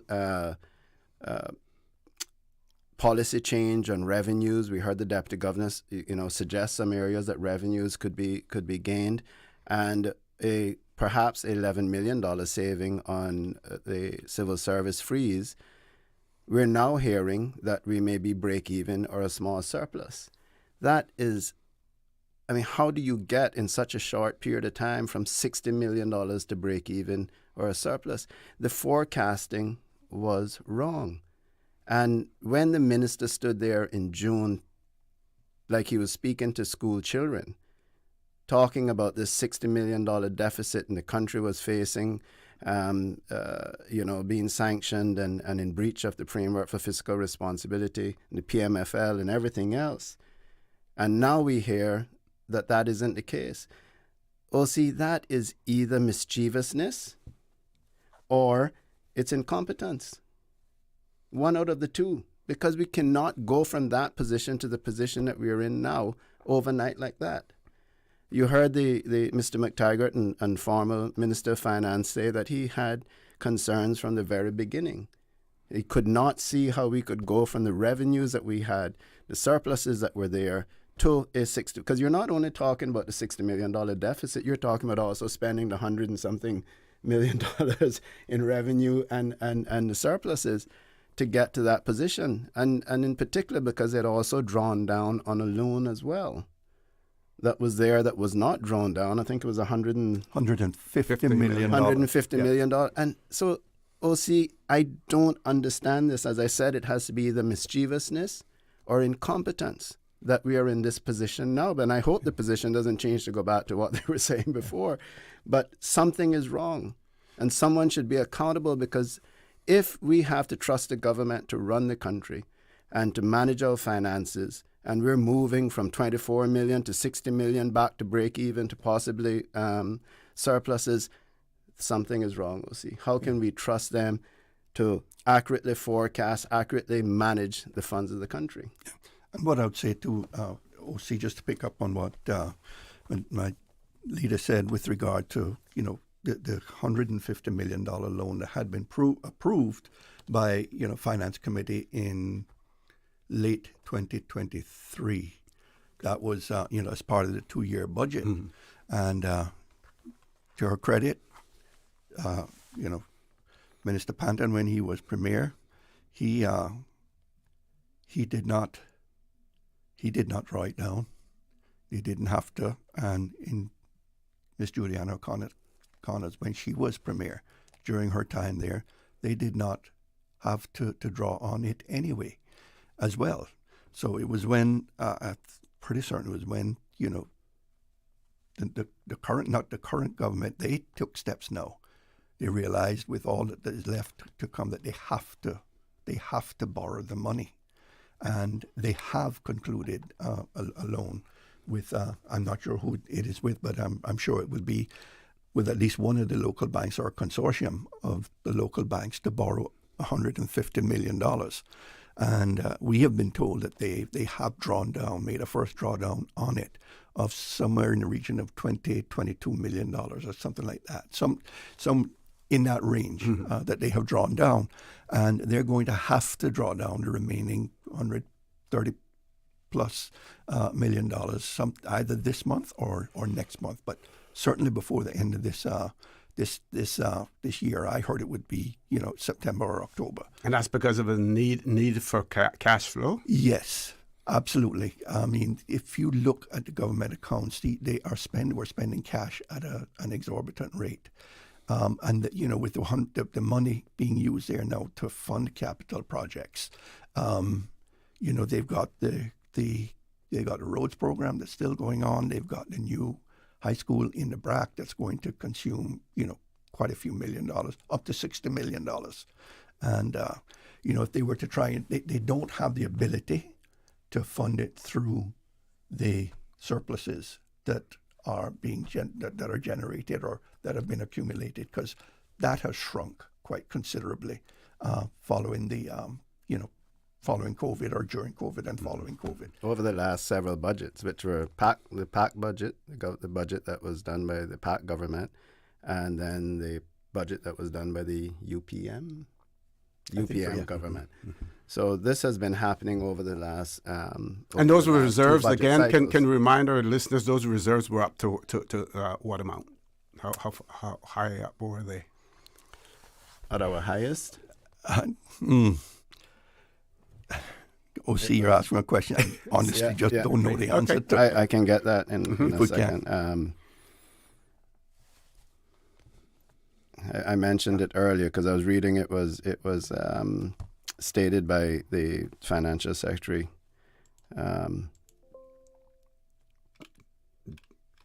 during the finance committee. Yeah. Okay, what we'll do, Ms. Susan will take the commercial break, and then we won't have to take that break again until 9:30. Folks, please stay tuned. For the record, we'll be back shortly. Can you imagine your home completely organized? At Brand Source Custom Closets, we can. We specialize in designing and building custom closets and storage units for any room in your home, including the garage. With tailored designs and custom LED lighting solutions to fit your lifestyle and budget. Our custom closets expert is committed to enhancing the value of your home with a solution that is uniquely yours. Visit our showroom or call 623-6774 to schedule a no-obligation appointment with our design expert. Brand Source Custom Closets, 209 Dorsey Drive, Industrial Park. Accidents and illnesses can strike without warning. Ouch! When it comes to urgent care, every second counts. At Doctors Hospital, we have a dedicated team of experienced doctors and nursing staff available to you 24 hours a day, 7 days a week. Don't waste time in an overcrowded emergency room when you need urgent care. Whether it's a broken bone, a severe infection, or a sudden illness, trust in Doctors Hospital's unwavering dedication to providing the best immediate care. For complete urgent care when you need it the most, choose Doctors Hospital, located in Georgetown, 16 Middle Road. My mom's a superhero. She always knows what to do when I feel icky. Yesterday, we went to West Bay Pharmacy, and they had everything she needed. Medicine, my favorite band-aids with dinosaurs, and even flavored vitamins. Mom says they keep our family healthy. I think they're magic. But don't tell anyone. I think superhero shop at West Bay Pharmacy. West Bay Pharmacy, where the superheroes shop. West Bay Pharmacy and Centennial Towers. Convenient quality care is just around the corner.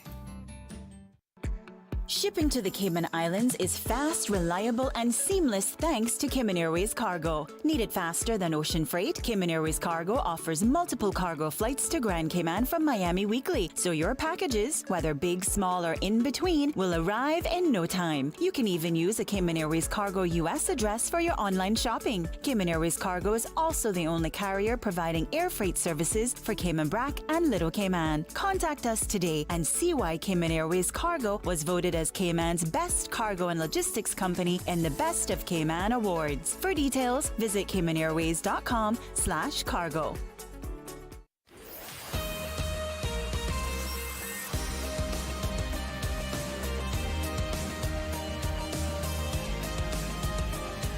For the Record with ORRETT Connor.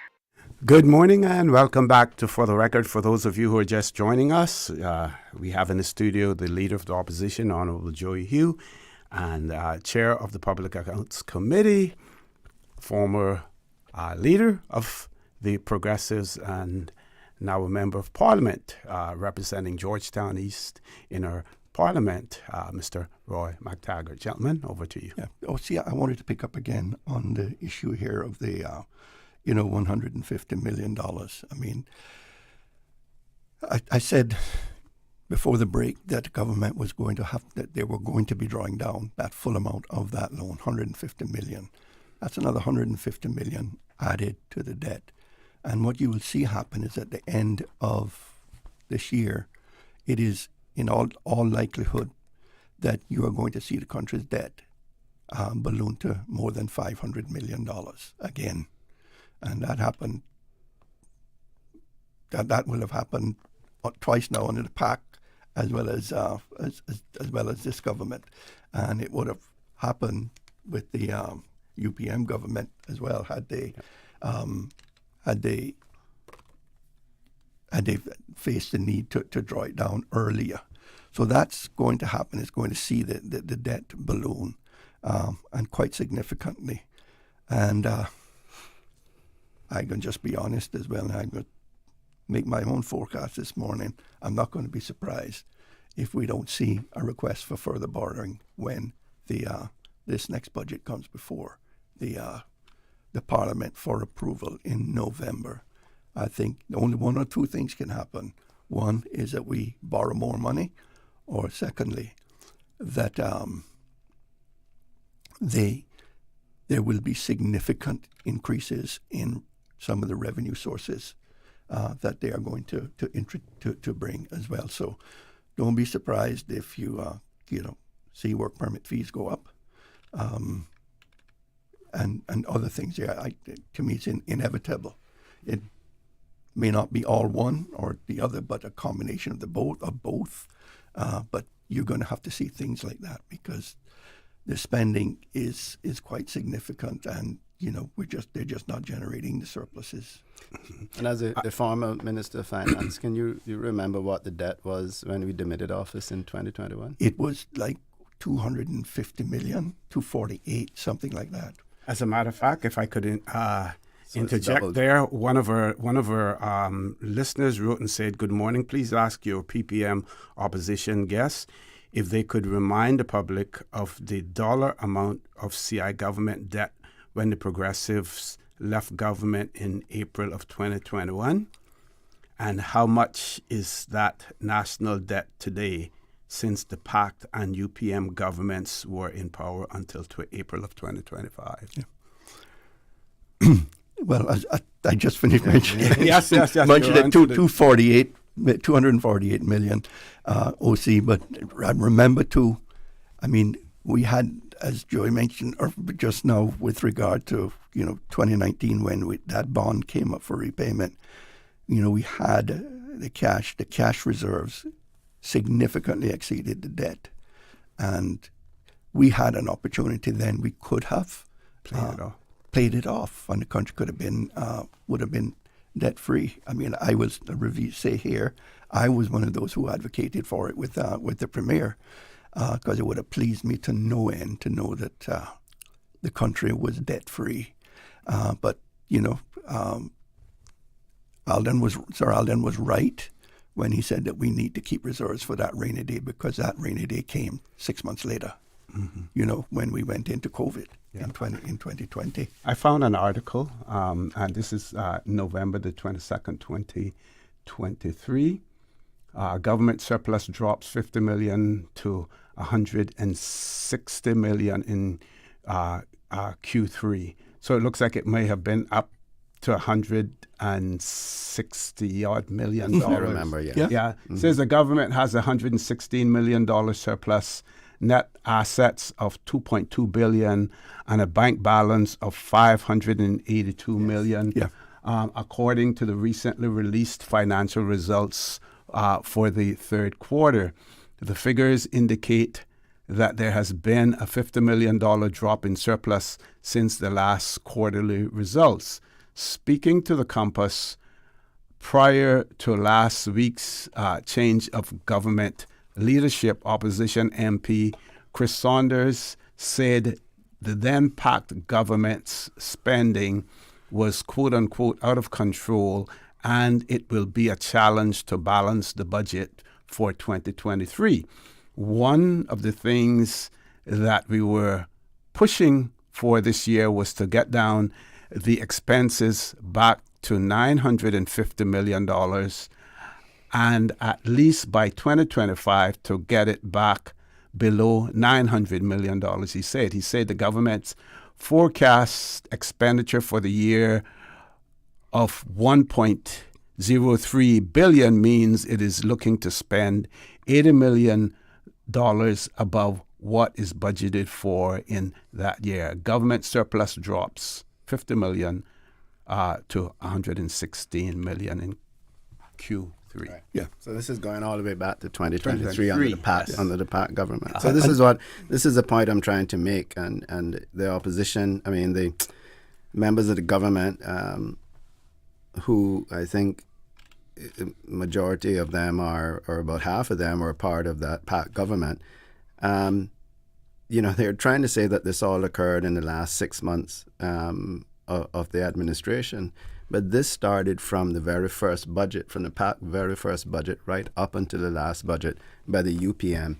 And we have been raising, and Mr. McTaggart in particular, has been raising the red flag all along. There are several videos out there, several press releases out there have been on the radio, and we were raising red flags all the way along, saying that we're concerned about the spending, we're concerned about the borrowing, and this is where we are today. This is and we don't see any real, or we haven't seen yet, because we don't have a SPS, strategic policy statement from the government. We were promised to get that in October, with a November budget looming. So we don't see any efforts made by the government, any concrete efforts. We have not heard of any concrete efforts other than a temporary freeze on new hires for the civil service that's going to rectify the situation. They just haven't demonstrated anything else. And the truth be told, and you're here now getting into the last quarter of the year. Mm-hmm. The opportunity to make any meaningful savings in expenses is fast coming to an end, because if the money continues to be spent at the way they had budgeted it, there's no way that they could ever get up to $60 million to erase that deficit if it were in fact arising. But at the end of the day, you want more than just a break-even position, because you know that time will come when you are going to be in a situation where you have a public emergency to deal with, whether it's a hurricane or whatever. And, you need to have it. And, we have that requirement for, to have 90 days of operational expenditure set aside as a reserve. So, we can't forget that or ignore that in any way, which we have always complied with. But from what I can see, the total cash balances or available cash balances to the government, that number continues to decrease and get closer and closer to the 90 days. Now, someone may ask, well, if you all got 90 days and meet that requirement, that's plenty of money. What do you need more for? And you only have to look at COVID, and you only have to look at Hurricane Ivan in 2004. Look at what's happening around the world right now. Right now, with you realize that 90 days is and can be a very modest amount in terms of what your true needs are. And, we have the situation globally now, OCs. I don't know, Cayman have. As a country, we must prepare. We must prepare for the worst and pray for the best. But what we see happening globally with the wars that are raging on right now and wars that are threatening could have a significant effect on our economy. And so we have to be prepared for that. In today's Compass, there's a very dark warning from our chief medical officer about what could be a major issue for us if, as a result of Florida removing the mandatory vaccine and not providing the vaccines for free in Florida, which is just a 55-minute flight away from us. What the ramifications of that could mean in our health services and in our country. So, we have all these external factors that we must take into consideration and be prepared for. We hope that they never happen, but we must prepare for them. Now, one of the things that I have been harping upon is that, Mr. McTaggart mentioned, the 90-day requirement that is there. We also saw after Hurricane Ivan that various government department ministries, because they would not be able to use the monies that had been budgeted for and had been unspent, to redirect them towards the hurricane recovery. Now, I do realize that the COVID situation went over a few years, but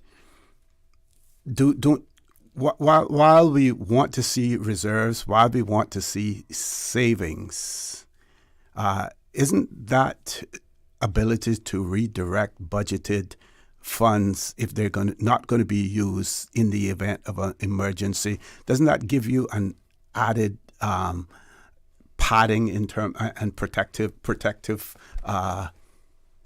coating? Very little comfort. I take very little comfort from that, OC. Why? Because a decision is all it takes to move the money, if they need to or want to. And that's my concern, really.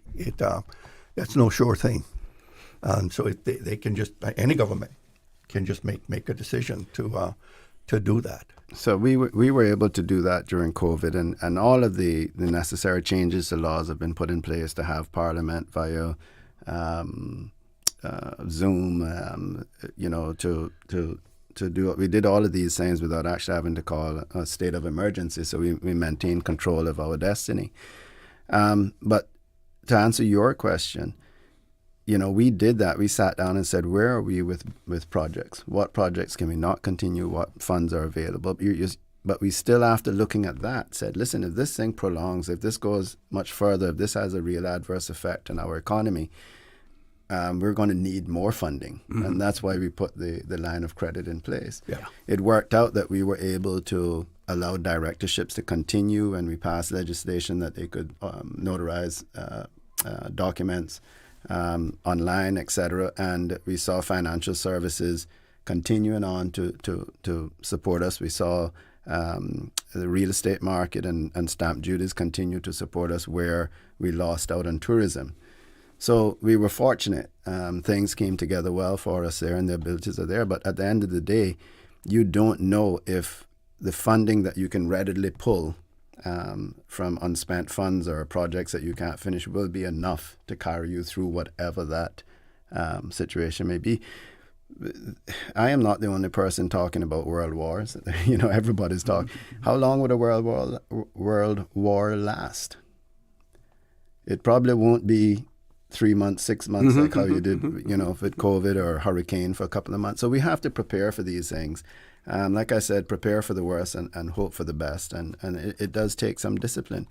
And OC, we, on the heels of the 100-day celebrations that the government made it to 100 days, and they celebrated the things that they continued to do from the previous government, without that strategic policy statement and without hearing any major announcements during that 100-day celebration, we're still wondering, what are they going to be doing within the confines of the budget?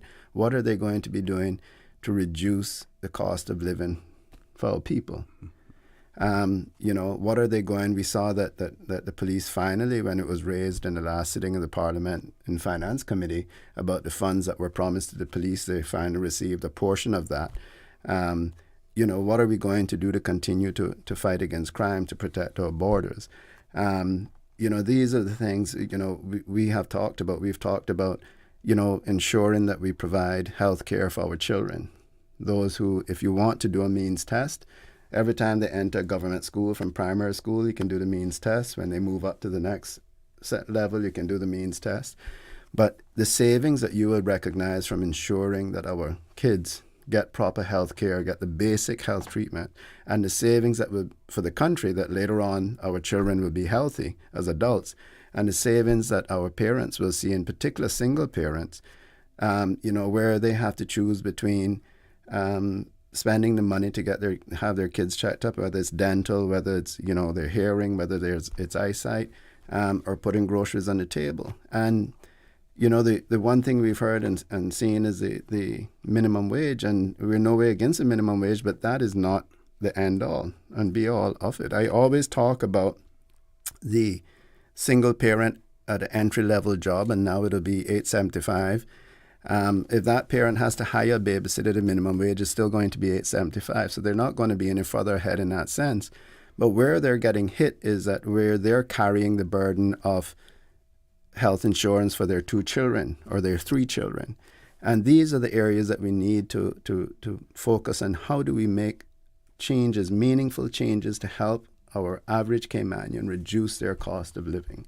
Okay, we're going to take a commercial break. When we return, right on that same topic, one of our listeners remarked that the person who's really out there struggling from paycheck to paycheck is really not concerned about government's surpluses or deficits, but more concerned about affordability.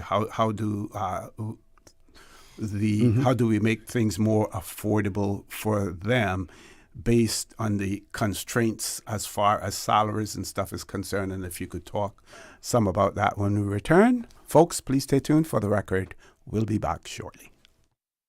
Did you know that Doctors Hospital provides urgent care services 24 hours a day, 7 days a week? And Doctors Hospital's urgent care physicians have access to the most advanced MRI and CT imaging in the Caribbean, providing reliable diagnostics when you need it most. When you need quality urgent care for an illness or injury, Doctors Hospital is here for you 24/7. Whether it's a migraine, chest or abdominal pain, shortness of breath, broken bones, or another urgent need, Doctors Hospital at the top of Walker's Road. Urgent care right now.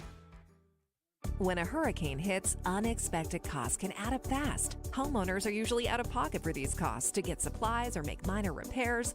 But with Cineco's parametric coverage, you get automatic payouts within 2 to 3 weeks after a Category 3 or stronger storm, whether or not you have damage. Available only through Cineco Homeowners Insurance. Call 949-8101 or visit Cineco.ky for a quote. That's Cineco.ky to get a quote today. Cineco, keeping Cayman covered. Looking for fresh, healthy food that's full of flavor? Then you've got to visit Kirk Market. Our dishes are made with fresh, high-quality ingredients. Enjoy vibrant mixed greens or satisfying pasta salads. Or try one of our delicious grill options like blackened chicken, spicy beef steak, or grilled salmon. Looking for something light and flavorful? We've got sushi rolls and poke bowls prepared daily. And don't forget to explore a hot bar or Billy Fresh salad at the salad bar. Stop by Kirk Market today for breakfast, lunch, or dinner and taste the difference. Eat well, live well with Kirk Market.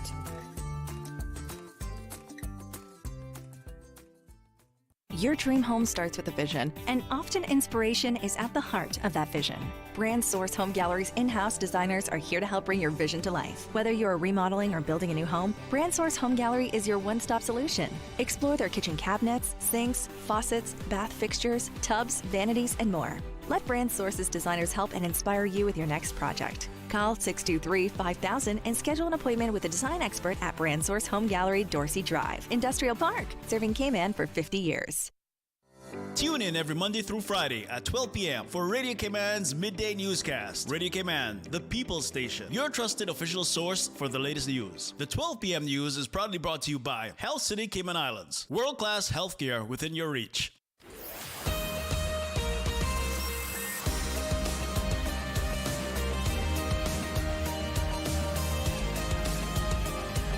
For the Record with ORRETT Connor. Good morning and welcome back to For the Record. Mr. Hugh, the leader of the opposition, has to leave us in about another 10 minutes or so. Yeah. Mr. McTaggart, you will be staying on because we still have to talk about the procedures. We want to still talk about the procedures of the Public Accounts Committee, as well. So let's talk about a little bit about affordability, which is really on the minds of people in the Cayman Islands. Yes, investors and all of those other financially acute individuals and businesses, have their concerns. Those, big investors have their concerns about the, the state of government finances and everything else. But people like me, I'm concerned about, affordability, on a limited pensions. So the reason we have to be concerned about government finances, OC, is obviously so that we can continue to attract business and continue to have revenue coming in, and so that we can afford to pay for, health issues, major uninsured health issues that our Caymanians face, one of the biggest budget items, so that we can continue to support the I can never get NAU out of my mind, the what is it now called? The Department of Financial Assistance. Department of DFA, Department of Financial Assistance, so that we can continue to offer free education to our Caymanians in our public schools. These are the things that and continue to grow our uniform services to protect our country, protect our citizens. And these are all the things that require our economy to be working at an optimum so that we can have those revenues. But at the same time, you're absolutely right. What we don't want is for our Caymanians to not be insured. What we don't want is for our Caymanians to have to go to the Department of Financial Assistance. And this is where we are not seeing the response from the government that we would anticipate. Minimum wage is a start. It's a good start. But it is not the end all. As I said, there's a trickle-down effect of that. And I keep using that single parent working at $1 above minimum wage, if you want to call it that, but then having to have a babysitter come in to babysit when they work their shift work or while they're not there or during the summer vacations. Because let's face it, the family units aren't there like they used to be, where grandma and auntie and uncle and everyone takes care of the children. It's not there anymore. And so you have single parents in particular having to go to work, having to hire a babysitter at just about the same salary that they are making. And the babysitter has to come 1 hour earlier and stay an hour later. So you're at a deficit right away because you're paying for 2 hours more than you're working. And then on top of that, out of your salary comes pension and insurance for your 2 kids. Now, these are the sorts of things that we were proposing, looking at bringing back free insurance, or providing a basic health care plan for our kids. Those in the government schools, if you want to do means testing, we can means test them as they enter primary school, then means test them as they enter into high school, and ensure that our kids are getting at least the basic healthcare coverage that they need. And then if there is a major healthcare event after that, then cynical, we can sit there and we can boost their policy, supplement their policy to take them through those major health issues or major events, as we currently do anyhow, because the basic SHIC program just doesn't cover those. Right. Mm-hmm. So these are programs that are run around the States as well, that are run in the United States, run in other countries, where the kids are actually issued, after means testing if necessary, issued this basic health insurance plan to ensure that they're getting the mental health attention they need, they're getting the dental attention they need, they're getting their eyesight checked, and they're getting their annual checkups. And this, again, will also save the government money in the long run when it comes to the health of our population. So that's one area that we looked at. Another area that we've been calling on is the urgency in reducing the cost of utilities, whether that's through renewables. That has become quite a fiasco over the last couple of years. But also, even if the government during the summer months, the hotter months, were to remove that fuel surcharge on utilities for the summer months, when the kids are home, when the temperatures are higher, appliances, even if they don't have air conditioning, their refrigerators are still working harder, and the kids are home opening and closing those all day long. Yes, yeah. Just to give that relief over the summer months. And this summer in particular, we haven't seen that relief from them, and it's been quite a hot summer so far. We didn't even see the nice cleanup program. We haven't seen any real efforts to assist those who are most vulnerable in our communities. There are other things that we have to look at. Food sustainability, we see a lot of action there, some movement there, but that is a very long-term thing. So yes, we must focus on that, but that is going to be very long, and that's more about sustainability versus reducing the cost. There will have to be, one of the challenges that I know we face as a country in reducing food costs is that we are not in a position, I don't know if the legislation or the policy is not there to do our own inspections. So we are relying on the United States Department of Agricultural inspections on certain products and produces and stuff. So this is why it has to go through the states.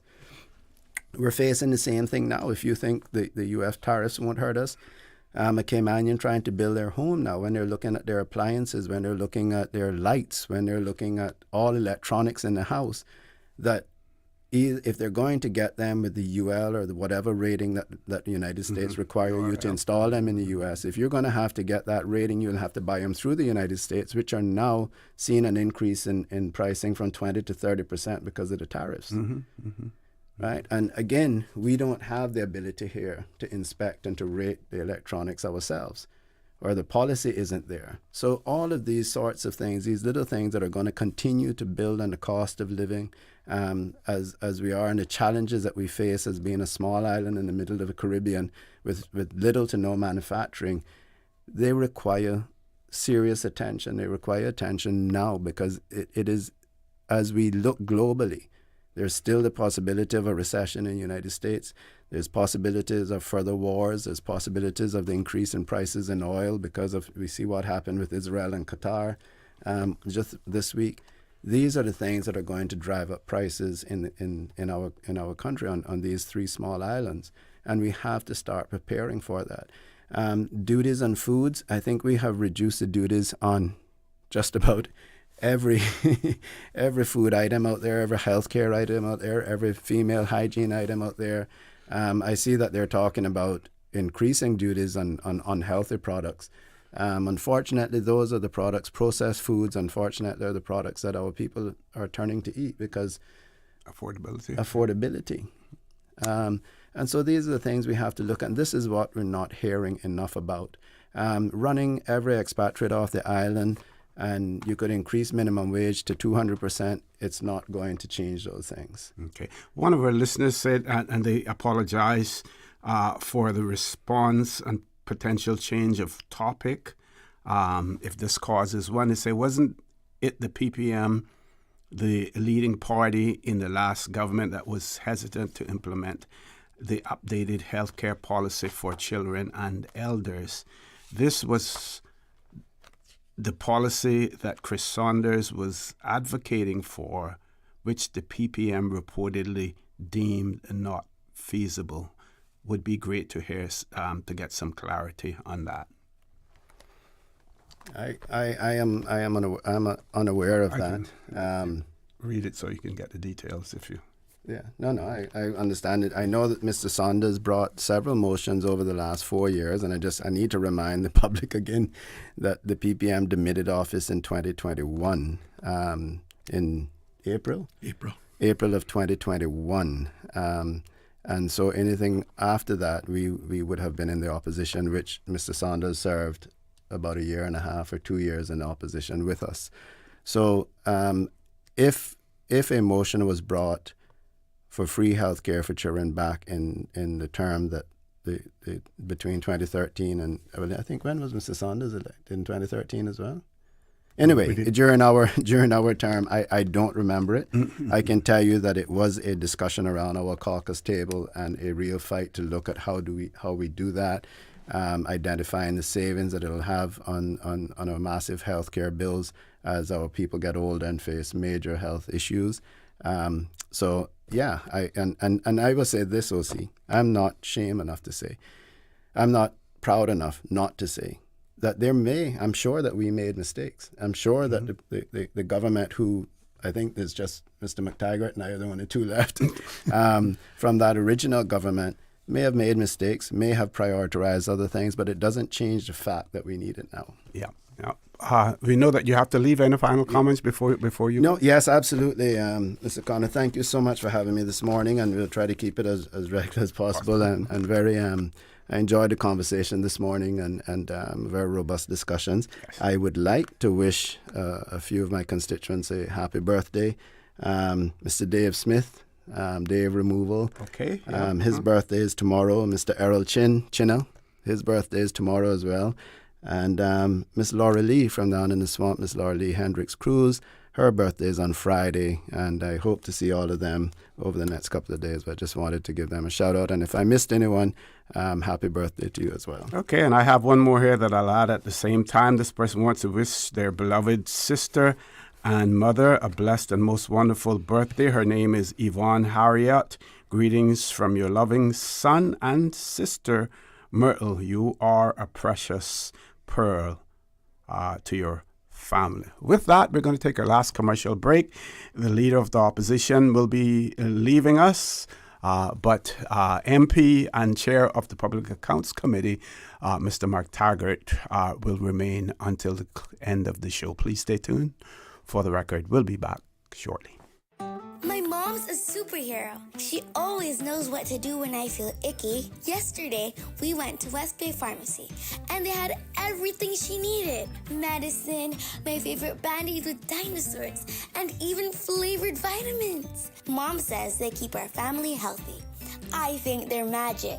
But don't tell anyone. I think superhero shop at West Bay Pharmacy. West Bay Pharmacy, where the superheroes shop. West Bay Pharmacy and Centennial Towers. Convenient quality care is just around the corner. It's a sizzling summer with JN Money. You can win a luxury weekend getaway for two when you send or receive money from now until September 30, 2025. That's right. We're turning up the heat this summer with JN Money. Visit www.jnmoneyonline.com to learn more about how to win. What are you waiting for? Send, win, relax this summer with JN Money.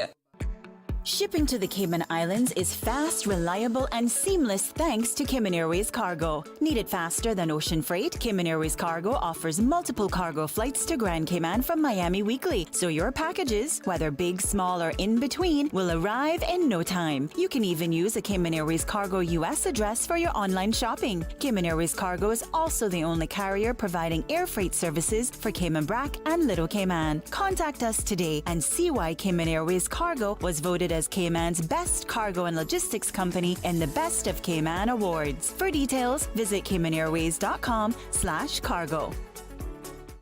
Cayman Islands, are you ready? It's a small world and the world just got smaller. Miss Global International Pageant 2025 will be hitting the streets for the second time come October 4th. Over 20 countries and over 20 gorgeous representatives will be here for the 21st staging of the Miss Global International 2025 at the Hotel Indigo. Come on out and support your country as they vie for the title of Miss Global International. Ladies from Barbados, India, Guyana, France, Czech Republic, Portugal, Dominican Republic, San Andres, Jamaica, Canada, United Kingdom, Peru, Haiti, Turks and Caicos, Trinidad, Venezuela, and of course, Philippines and the Cayman Islands, and more. For tickets, go to mgicayman.com or call 939-2223. Tickets available on eventpro.ky.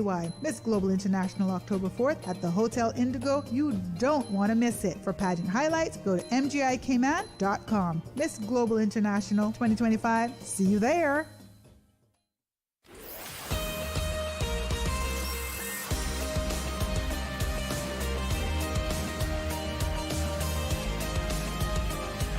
For the Record with Ort Connor.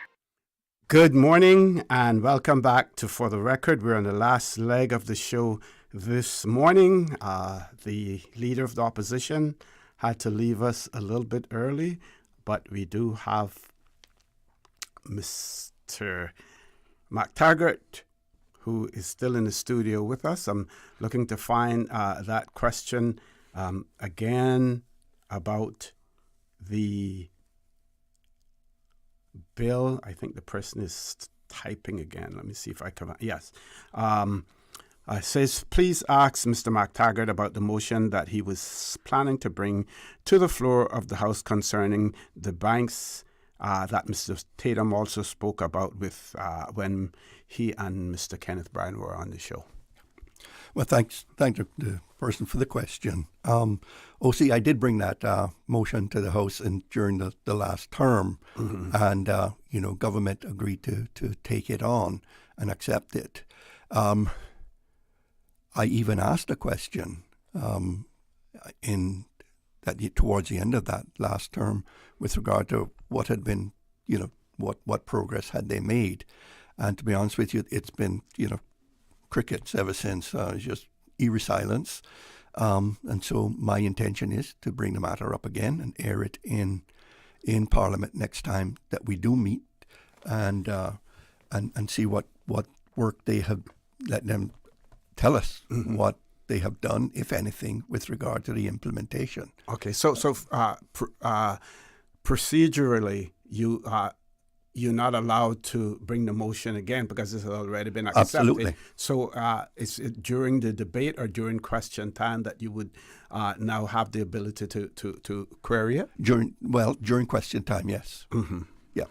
So, and again, it would depend on what bills they have to bring forward, whether there would be any opportunity to introduce the topic into it. So, but you need something specific and relevant to that in order to be able to do that. But I've got just spoke again with Mr. Tatum last night about it, and it's something that he's quite passionate about as well.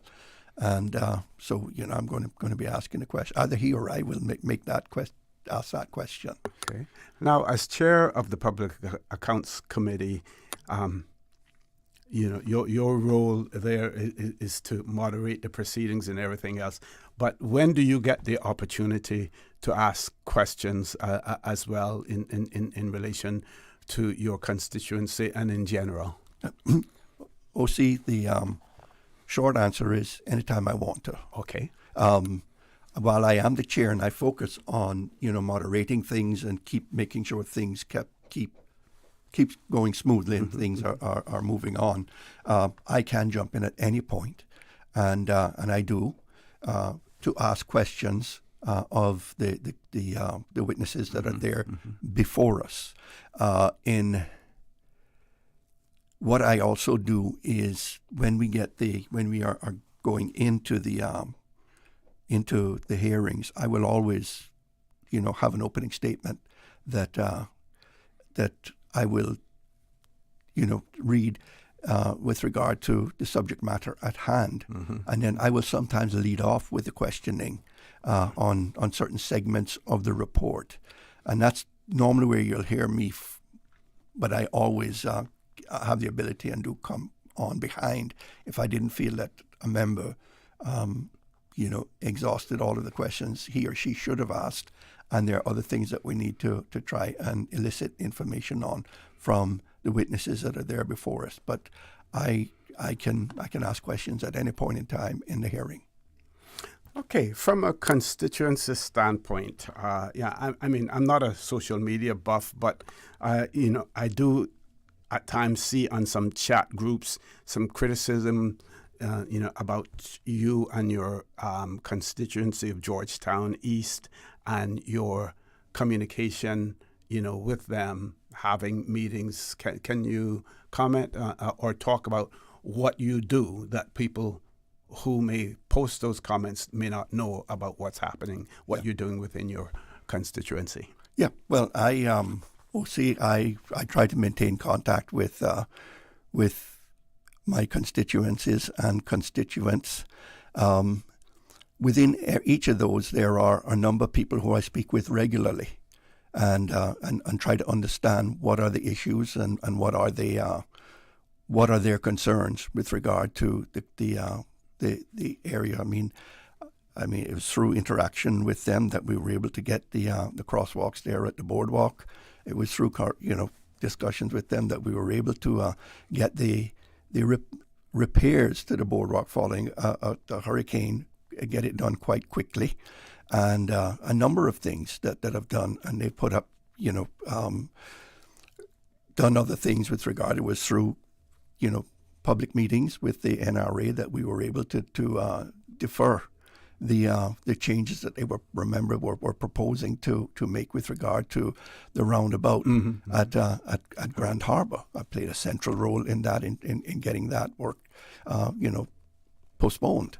And, 2 years later, we haven't heard anything further from them, but I believe that there are changes that will be coming with it. So I try my best to make myself available. People call, I would go and visit and understand what is helping them.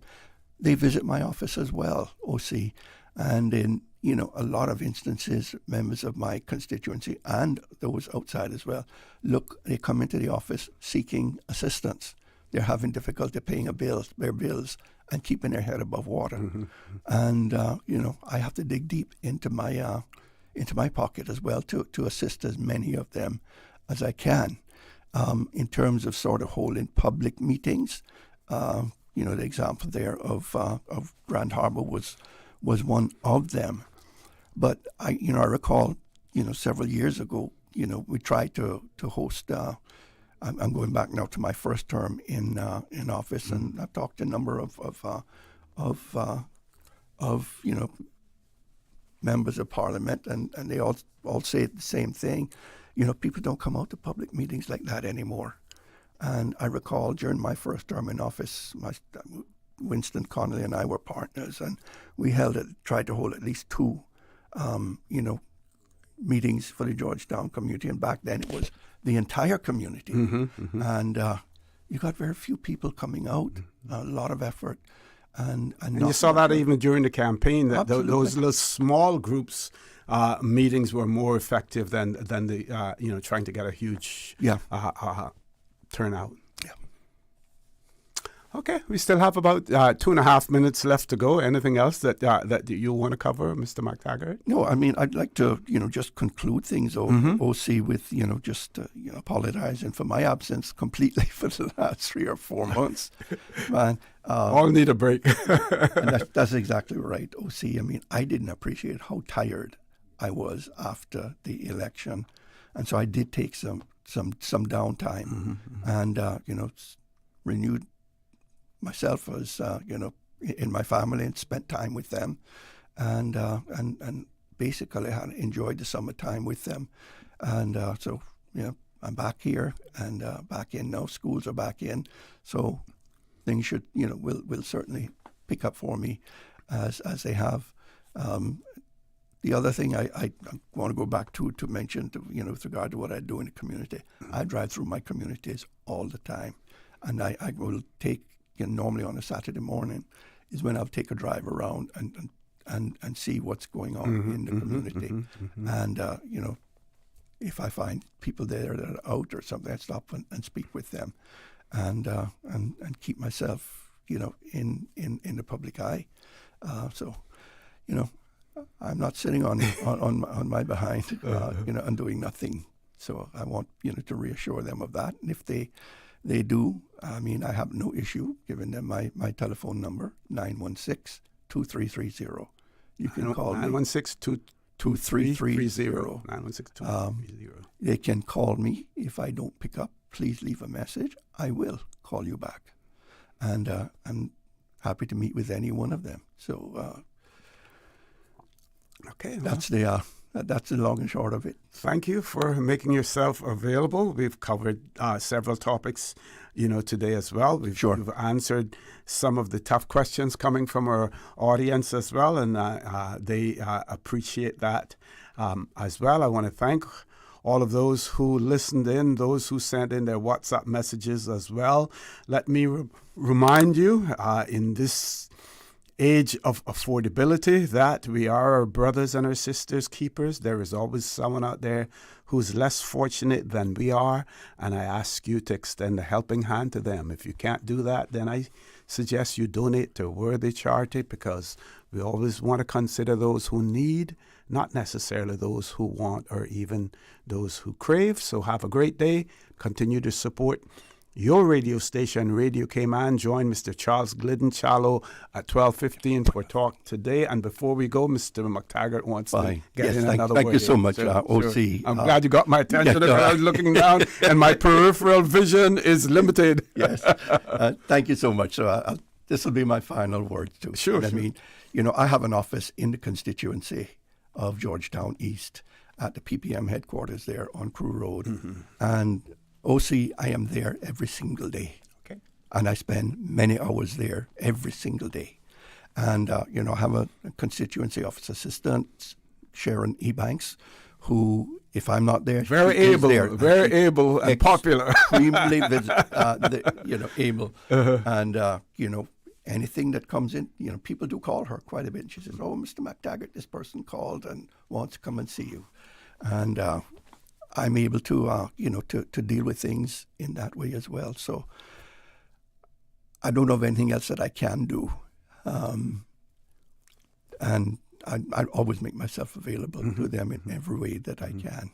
So just want to give a shout out to Sharon too, and thank her as well, because she looks out for me. She looks out for the constituency too. Excellent, excellent. Folks, have a great day. As usual, we ask the good Lord to continue to bless these three beautiful, wonderful Cayman Islands. For the Record, proudly brought to you by Brand Source Home Gallery, inspiring luxury. Doctors Hospital, peace of mind is important when life happens. Doctors Hospital, always there for you. Call 949-6066. And Cayman Airways, call them on 949-2311 to book your nonstop flights to Los Angeles and Panama. Kirk Market, experience a world of choice. JN Money, from abroad to Yad. And Cineco, keeping Cayman covered. This is the People's Radio Station.